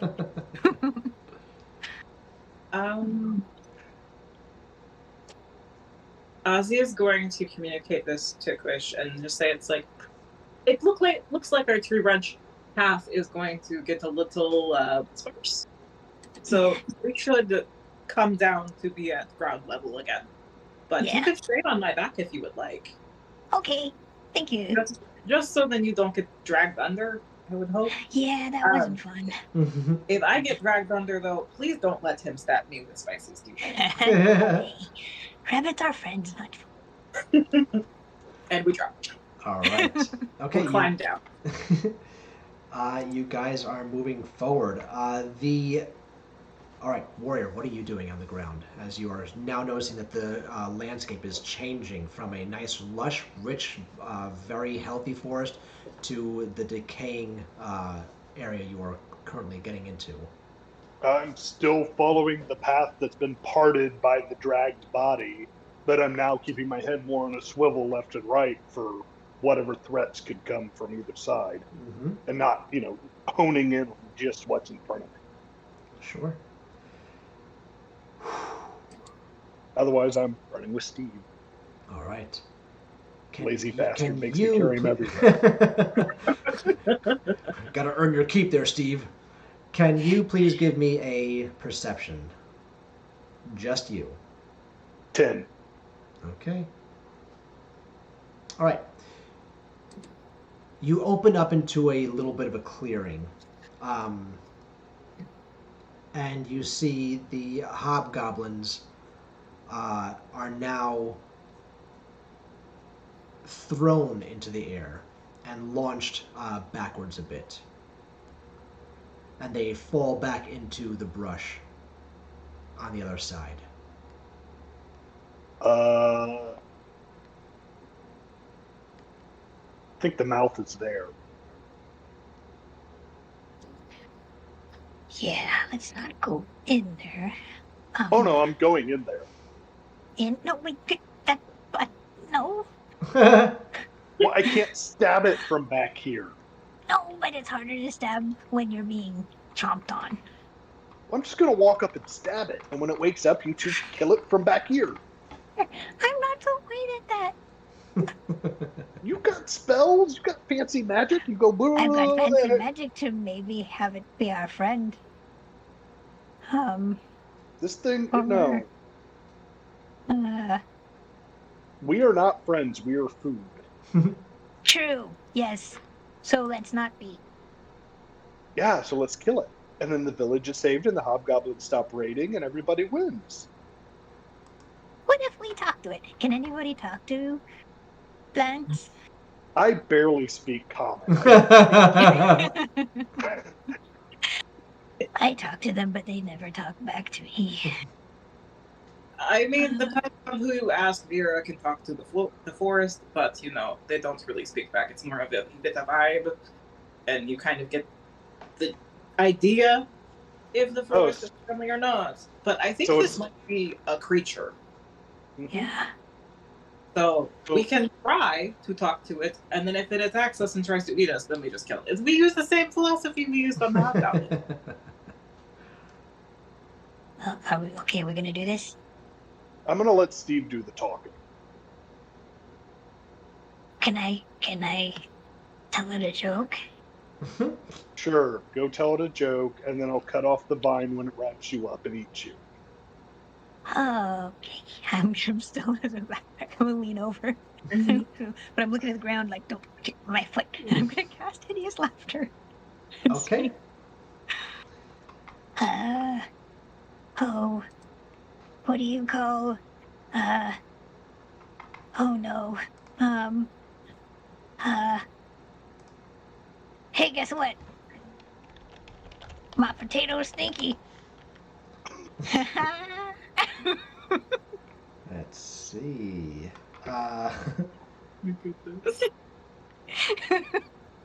It's not good laughter. It's hideous. Okay. It is ineffective. Yeah, It okay, is well, ineffective for this creature. yeah, I need to work on my delivery. All right, let me try my joke. Steve, talk to it, and I swing into the brush line. Okay, give me an attack. 28. Hits. Steve is a good communicator. Steve sucks. Only 12 damage. Okay.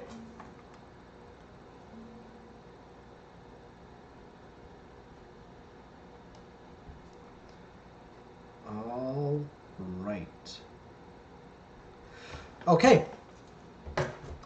As Steve hits the bramble that you are striking where you saw the tentacles last moving, you all see this large black and green patterned plant with countless rows of dripping teeth, hundreds of thick twisting tentacles cascading from its base, rear up and start roaring.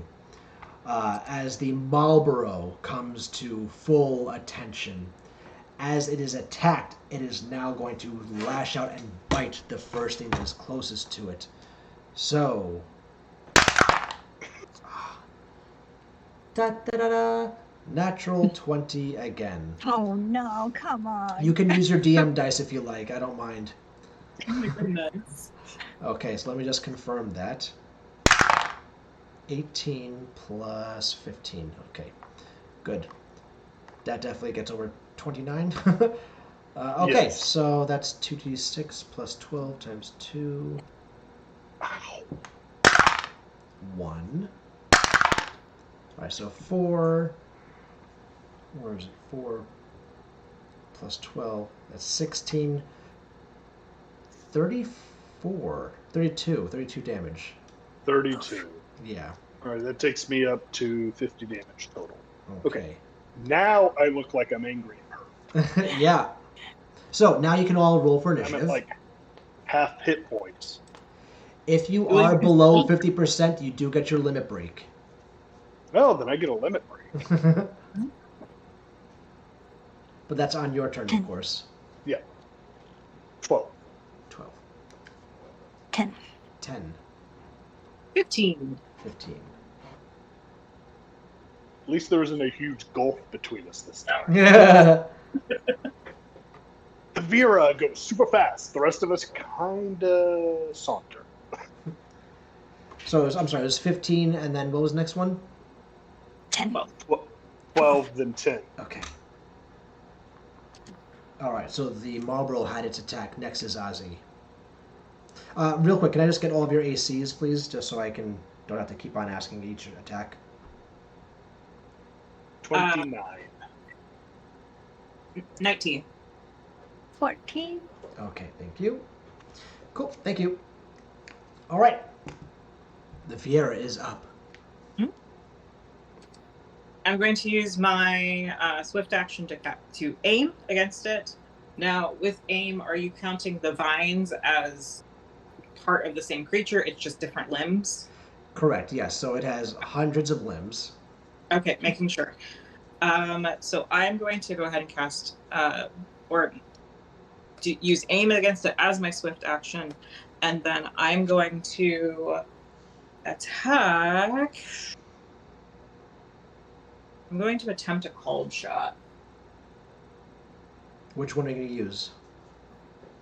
I am. Actually, because it has hundreds of limbs, I'm going to attempt. I'm going to not do the aim. Instead, I'm going to use one of my stamina, which is part of my talent tree as a Hawkeye archetype archer. I'm going to use the crippling shot part of the stamina, which I can use as long as I have one. I have 5 to spend, and it costs 1 per each time that I use such a thing.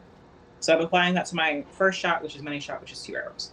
And if I successfully hit it, it takes normal damage, but it has to make a fortitude save of the DC 19, or it becomes disabled. Okay. So where's its fortitude? I'm going to go ahead and roll to see if I hit it first.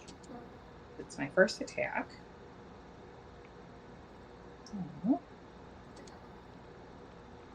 How close am I to it right now? You are on the outside, so you're about 40 feet because our warrior has his full speed of 40 and he ran in. Okay. I'm going to move 10 feet up to be within 30 so I can get point blank on it. Okay.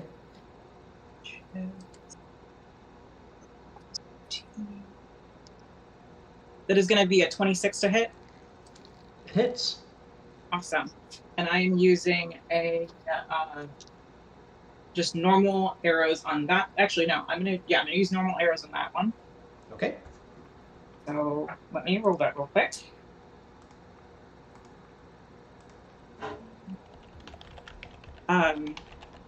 With many shot, I shoot 2 normal arrows, and they both do the same amount of damage, and they both hit. So that is going to be 22 points of damage because it's 11 damage each. Okay. And then I needed to make a fortitude save with a DC 19. Okay, so its fortitude is plus 16 with another 16. That makes it. Okay. But it still takes the damage. What was it, 24 you said damage? 22. 22, thank you. 22. So 22 points of damage. And then for my second attack, I'm going to do just another shot. But I'm going to use the Winter Cloud arrow. You're muted in the captions again. Sorry, I just realized. Oh, sorry. I'm going to attack it again, but I'm going to use a Splinter Cloud arrow, which does shrapnel damage, or shrap damage. Yep. So let me see if I hit first.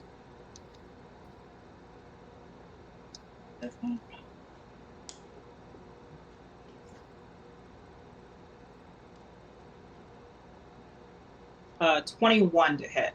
Does not hit. Okay. I am good. Okay. Next is our warrior friend, who just got bitten by this gigantic plant monster. All right, so limit break. Mm-hmm. I will Omni Strike, which Hell yeah. doubles my attack. So 2 at full bonus, 2 at -5 bonus. So for my first 2 full bonus attacks, I will power attack for -3 to attack, plus Nice. 3 to damage. Nice. And that is a 13 plus 9, 22. 22 does not hit. Well, then the other one definitely doesn't because that was a 2. Ooh. And then my second 2 attacks, which are not going to be power attacks, Okay. are a 24 and a 26. They both hit. Okay. One of those 2 attacks will be with my warrior technique for, where is that? Not warrior technique. There we go. Additional tech 3 for warrior techniques, and that will be beat down, which one of my attacks doubles in damage. Nice. Beautiful. Love that. So the doubled attack, that's 10 plus 8, that's 18, doubled is 32 damage. 36. Yeah, 36. And the other attack is 14 damage. Okay. So, Gotcha. 50 damage total. Gotcha. Well done. Nice. And that's me. And I've got 2 more rounds of that 4 attack thing. That your limit break goes for 4 rounds? Well, it goes for 3 rounds. So Okay. this round and 2 more. That's really cool. Awesome. Love that. All right. That's me. Let's have our gnome friend go. Okay, I mean, I know I keep going on about this, but those potatoes were gonna be really good, and I really wanted one, and I grab out my backup potato, and I hold it out to Steve so it catches on fire. You ruined our breakfast, and I chuck it and and cast fireball. All right. Beautiful. Let's do it. Let's do it.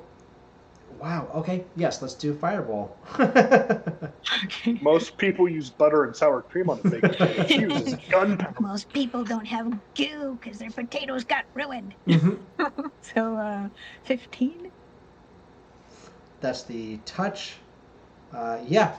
That hits. Now, also, since you're doing a fireball, it's going to also be in the area of where our warrior is, if I'm not mistaken. So, what is your touch AC? Oh, I was next to him and cut it on fire. And then Oh, threw no, it. you were with, Oh, I thought we were next to him. I thought you were with Ozzy. No. Yeah, I thought it was on Ozzy's back next to him. Nope, you're 30 feet away. Oh, I can't aim it away from the warrior.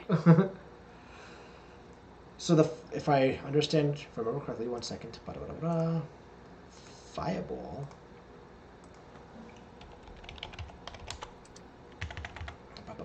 Fireball. Final Fantasy 1820. I know it does fire damage. Yep, it's a 20-foot radius burst. Okay. So I can cast it without catching it? even though the Marlboro is a huge plant, he is still within that 20 feet because he's right on top of it for attack. Oh, crap. All No, right. my touch AC is 16. Oh, good. And All right, so it's just under, right? Because Mhm. you said you got a 15 for your All right, cool. So you do not get hit by it then. All right. Reflex save is half. Reflex is a +9. No, that's a 12. Okay, it takes full damage. Give me that damage. Okay, 14. 14? 14? That's 14. that's It should be more than that. it should be 5d8 damage. Oh, 5d8. I got Yeah.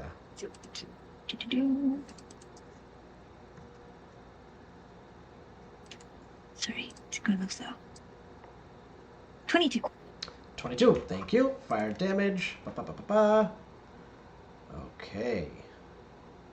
All right. Top of the order. The Marlboro goes. All right. It is pissed off that it just got lit up with fire and got shot at. So it's going to use its melee. It's going to use its 4 vine attack. 1 second. I need to just make sure this is doing the right thing. It's not Vine anymore, it's TikTok. Come on, get up at the times. Listen, I loved Vine. I loved it so much. Okay. All right. Each Vine is going to try and lash out and strike each one of you. So the first one is a nat 1. That one doesn't hit anybody. The second one is a 14 plus 13. Okay. Warrior is attacked. 15 plus 13. Vera is attacked. And a nat 1, so the gnome is okay. So, okay. For our warrior friend, it's 1d8 plus 8 plus grab. So where's my D8? Here's my D8. 7 plus 8. 15. Our rabbit friend gets 16. So 15 damage for warriors, 16 damage for Viera. And now we have grab plus feed. So feed. So that's that. It begins to drain the creature's bodily fluids through the target's pores and other body orifices of its vine, speeding halves. Heals half the... Okay. Alright, so it did that. Did that. Alright, so it's now going to heal from consuming from you. So let's see, did 16 on you, so that means it's going to take 8. Did 15 on you, so it's going to take 7. So it's going to take 15 damage back. So it brings it up to that. Okay, that is its turn. Next is Ozzy.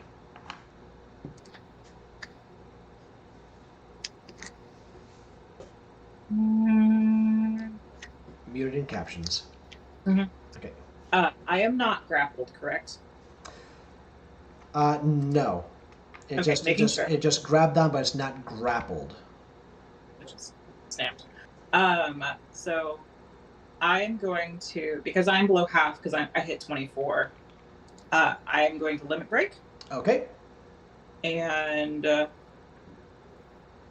Ozzy's limit break. I'm going to use.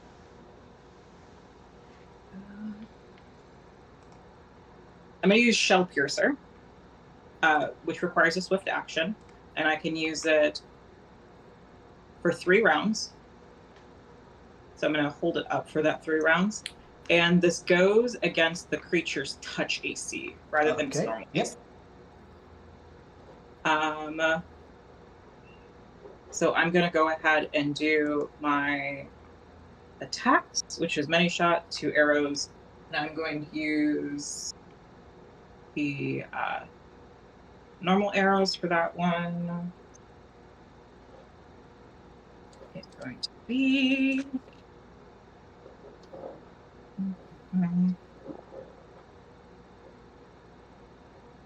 29 to hit. Hits. Cool. The first one definitely hits. And then the second one, I'm going to go ahead and do the same thing and just attack it again with another shot. Mm-hmm. 3,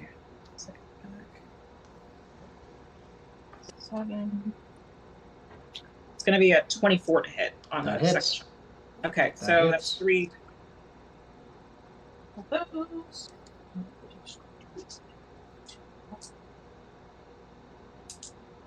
Let me roll my damage quick. So for the 2 that are going to deal the same amount of damage,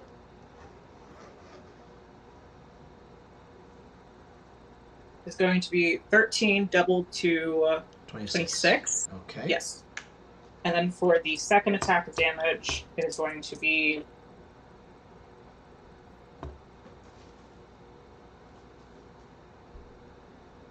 14 points of damage. Okay.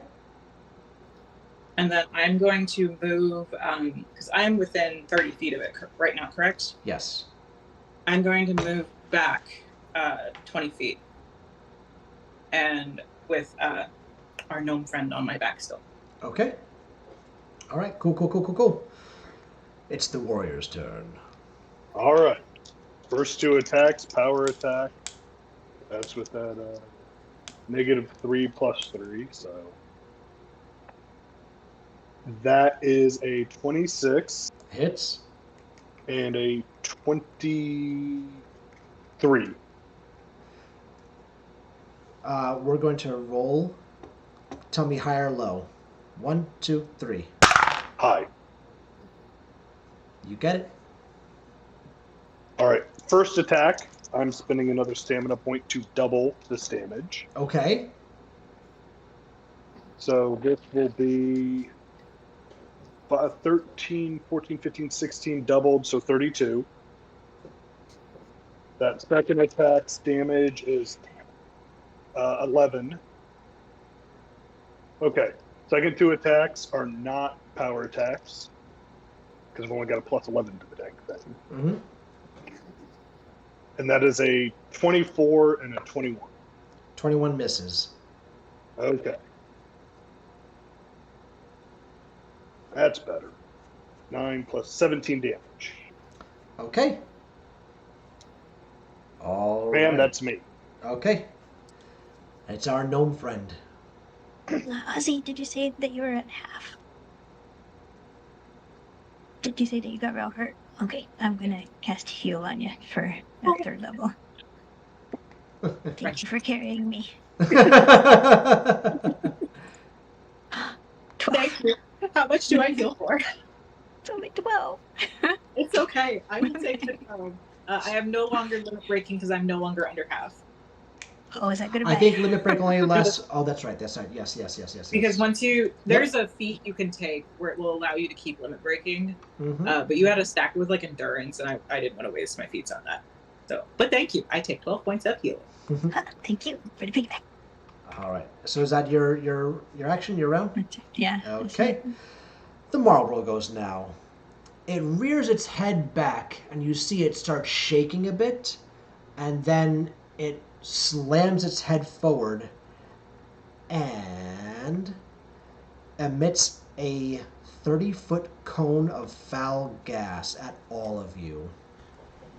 I need you all to please give me a will save, a fortitude, another will save, another fortitude, another fortitude, another fortitude. So, yeah. 4 fortitudes, 2 will saves. They moved back 40 feet. 40 feet you move back? They were 20 feet away, Okay. moved 20 further, so it's just Good call. me. Good call. Just you then. So, Right. 4 fortitude and 2 will saves. 2 will. All right. You don't. 27. These are fortitude. 17. 16. 23. Now the will saves. 21. And 12. Okay. You are confused, and you are... Where's the other one? Not that one. All right, so confused, and you are poisoned. Okay, so 1 second.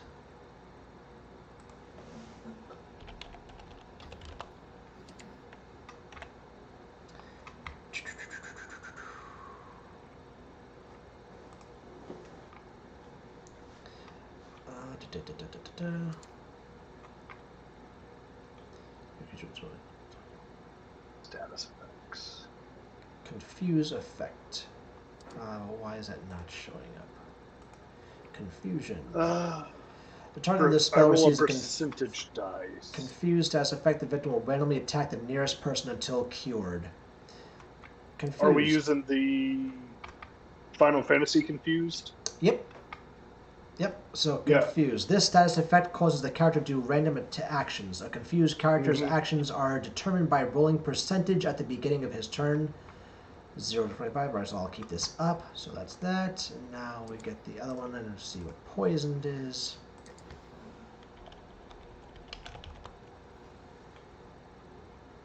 Status effect poisoned. Where be poisoned? FLMNOP. Okay. This status effect typically causes the character to take 1d6 points of non-elemental damage per round. The poisoned character takes damage per round until the duration ends or until cured. Okay.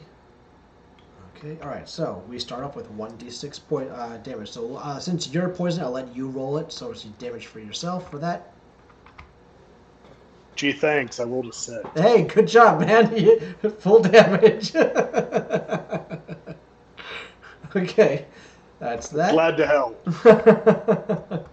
All right, and that is its action, its turn. Now we go to the top of the order is Ozzy. Can you describe to me what this thing looks like, real quick? Is it like bulbous? Is it like an octopus? It's a giant mouth with tentacles hundreds of tentacles underneath and half-sized tentacles on top. Each one of them on top ends with an eyeball looking in all directions. I am going to... Would the mouth be considered the head for a cold shot? Since it is mostly mouth. It's doesn't have Would you a like head to- per se because it's a plant. Yeah. Mm-hmm. It is a plant. It doesn't have a mouth. I mean, it doesn't have a head. What are you trying to do? Let me see here, because I'm all about the rule of cool. So let's see what you want to do. I would like to try to, because with the call shots, it gives penalties to it. I'm trying to figure out, like, with this being a plant thing, what kind of called shot body part wise for the penalty that differentials would apply, would I have as an option to this thing? Because I'm going to shoot it, but I Sure. So I think that because you're trying to use cold shot on a creature, on a plant. There's arms. The tentacles are technically arms. The eyes, it has eyes on the extruding top tentacles. Okay. What does... All right, you know what, here. Just for shits and giggles, high, low. Ready? 1, 2, 3. Low. Oh, okay, 10. You get it. So you can use a headshot if you want. Okay. But if it doesn't auto kill, does not auto kill. Okay. I don't believe these auto kill. I know that the heart one does. The heart one does. Yes. So I'm going to go ahead and use a headshot for this one, but I'm using my swift action to cast aim on it. Sure. To give myself the bonus. Mm-hmm. So I'm going to do the many shot, 2 arrows do the same damage. I'm going to take the penalty, which is -5, which for that section of arrows, and then I'm going to use rapid shot, which will stack a penalty on top of that, which is going to end up being a -7 for the second Okay. one. Well, let's So for see the- what happens. For the let's see. Oh, that's exciting.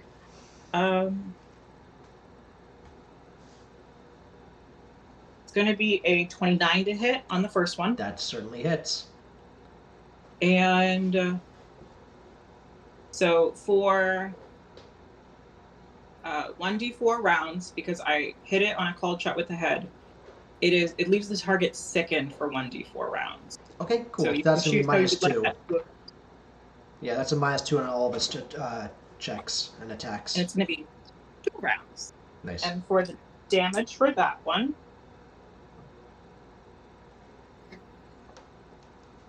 14 damage doubled to 28. Ooh. Okay. And then my second attack. You don't rapid need to. shot. Oh, did I kill? You don't need to. So how are you doing this on your first and last attack? Is Steve still in the air or being swung? Yes. Can I have my arrows go through Spicy Steve's flames and go into the mouth and have this thing basically choke on flames and burn from the inside? You know what? I'll do you one even better. How about this? It goes through the flames that are igniting off of Steve. And as your arrow is now ignited, it goes into the mouth of the Marlboro, who has just finished off its bad breath attack. And since it is a gas attack, the flames ignite into a fireball that combusts within the Marlboro's mouth, causing an explosion as the tentacles in its mouth explode into pieces and splatter all over the floor.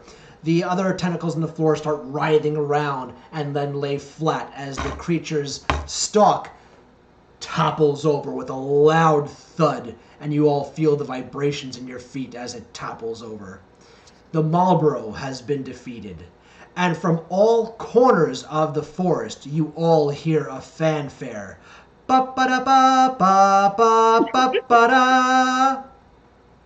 The world once again turns into a bright, brilliant white as you feel your bodies once again elongating and retracting, elongating and retracting.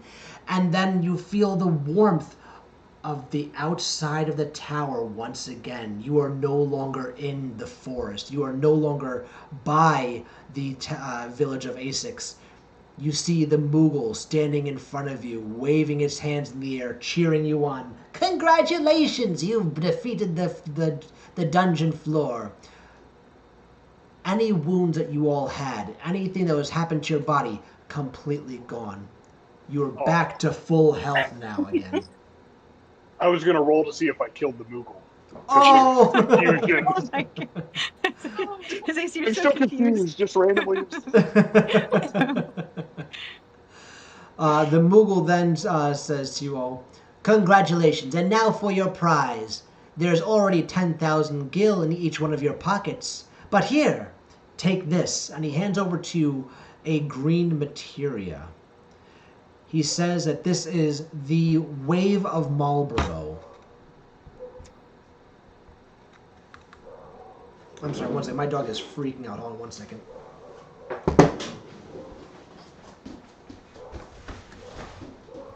I mean, I guess it's better than the wave of Newport. You know, that was the stinking cloud. That breath attack. What was it? 4 fortitude saves and 2? 5 and 2. 5 and 2. Yeah. Oh my goodness. And you split it right down the middle with Yeah. above 20 and below 20. Yeah. Well, Oof. considering I have a plus 12 to fortitude, and did that badly, yet only have a plus 3 to will. Dang.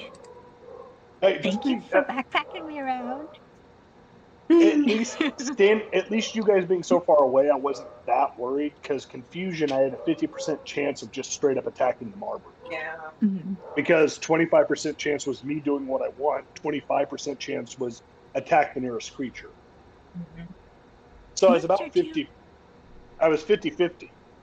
And if he hadn't phased us out when coming out of confusion, my next question was, how did I do that with the exploded marble? You don't would a dispel magic have gotten rid of that state? I think it might. It I might don't have know. a DC on it because I know a lot of the stuff that I can do with like the conditions that are applied. You are under that condition until you. Sorry, there was some workers at the front door. How dare they? Welcome to the chat. Did we? How do you spell the creature's name? Malboro. So like the cigarette brand. Okay, making sure. Yeah. Okay, so you guys got the gil in your pocket and you got the materia. Congratulations, you have all defeated your level of the Tower of Fates. Hey. So thank you, everyone. This was a few potatoes. Just a few potatoes. Thank you, everyone, for joining us. I hope you had a fun time. This was very enjoyable for all of us. I'm speaking for everyone. I shouldn't do that. I had a great time. I hope that you guys had a good time as well. Once again, we're going to go from right to left, do a quick outro, see where people can find you, and yeah, that'll be it. So, Nate, just want to give a little spiel. You can't find me. I don't have a social media presence. There you go. Excellent. All right, Diamond. Hi there, my name is Vandus Diamond, but since we're friends now, you can call me Diamond. You can find me everywhere spreading my wholesome chaos on all realms of the internet. I'm on most socials. At Madness Diamond, unless you're looking for me on TikTok, now I'm at Madness Diamond 2.0. On Mondays, you can find me on Beggar Street Channel playing Vampire the Masquerade in our show Twin Cities by Night, where I play Eris Carmine II, my answer to what if Aventru was Sleeping Beauty and Snow White inspired. On Tuesdays, you can find me on Dag's Dinner and a Game, which is DAG on Twitch. playing our Orphans game, which is in the World of Darkness, where all of us play a different creature type and or character type within the World of Darkness universe using the 25th or 20th anniversary editions. I play Bay, the human hunter, where I use the martyr archetype, and I am very squishy. I'm also allergic to magic, with a very fun little flaw that I took called magic sensitivity. And on Wednesdays, you can see me playing another one of the Leavenwoods family, where I play Hyacinth Leavenwoods, the deadly courtesan Vera, where I put the deadly and deadly courtesan. Love that. And that is on Jam Kitsune's channel. Awesome. Thank you. And Ling. Hello, I'm Ling at @needmore_dice on Twitter. I am going to be in a charity game on this Sunday at 9 PST on Just the Humans channel. Just Oh, with S. awesome. Yeah, it's a Awesome. huge event, huge charity event. There's tons of games. It's going to be fantastic. And I also am on that D'Angelo's channel on Vampire the Masquerade, alternating Saturdays playing Gigi the Malkavian. And I'll be on The Lost Caravan on the 26th in a Call of Cthulhu game. Fantastic. Very, very cool. Let me just throw these up really quickly. What's the dog's name? Her name is Rosie. Rosie. Okay. My name is Dylan. My pronouns are he, they. You can find me every Thursday. I am the storyteller for our Vampire the Masquerade game, Darkness Over New Orleans. Our coterie is just, as the leader of our coterie says, a bunch of chuckle fucks.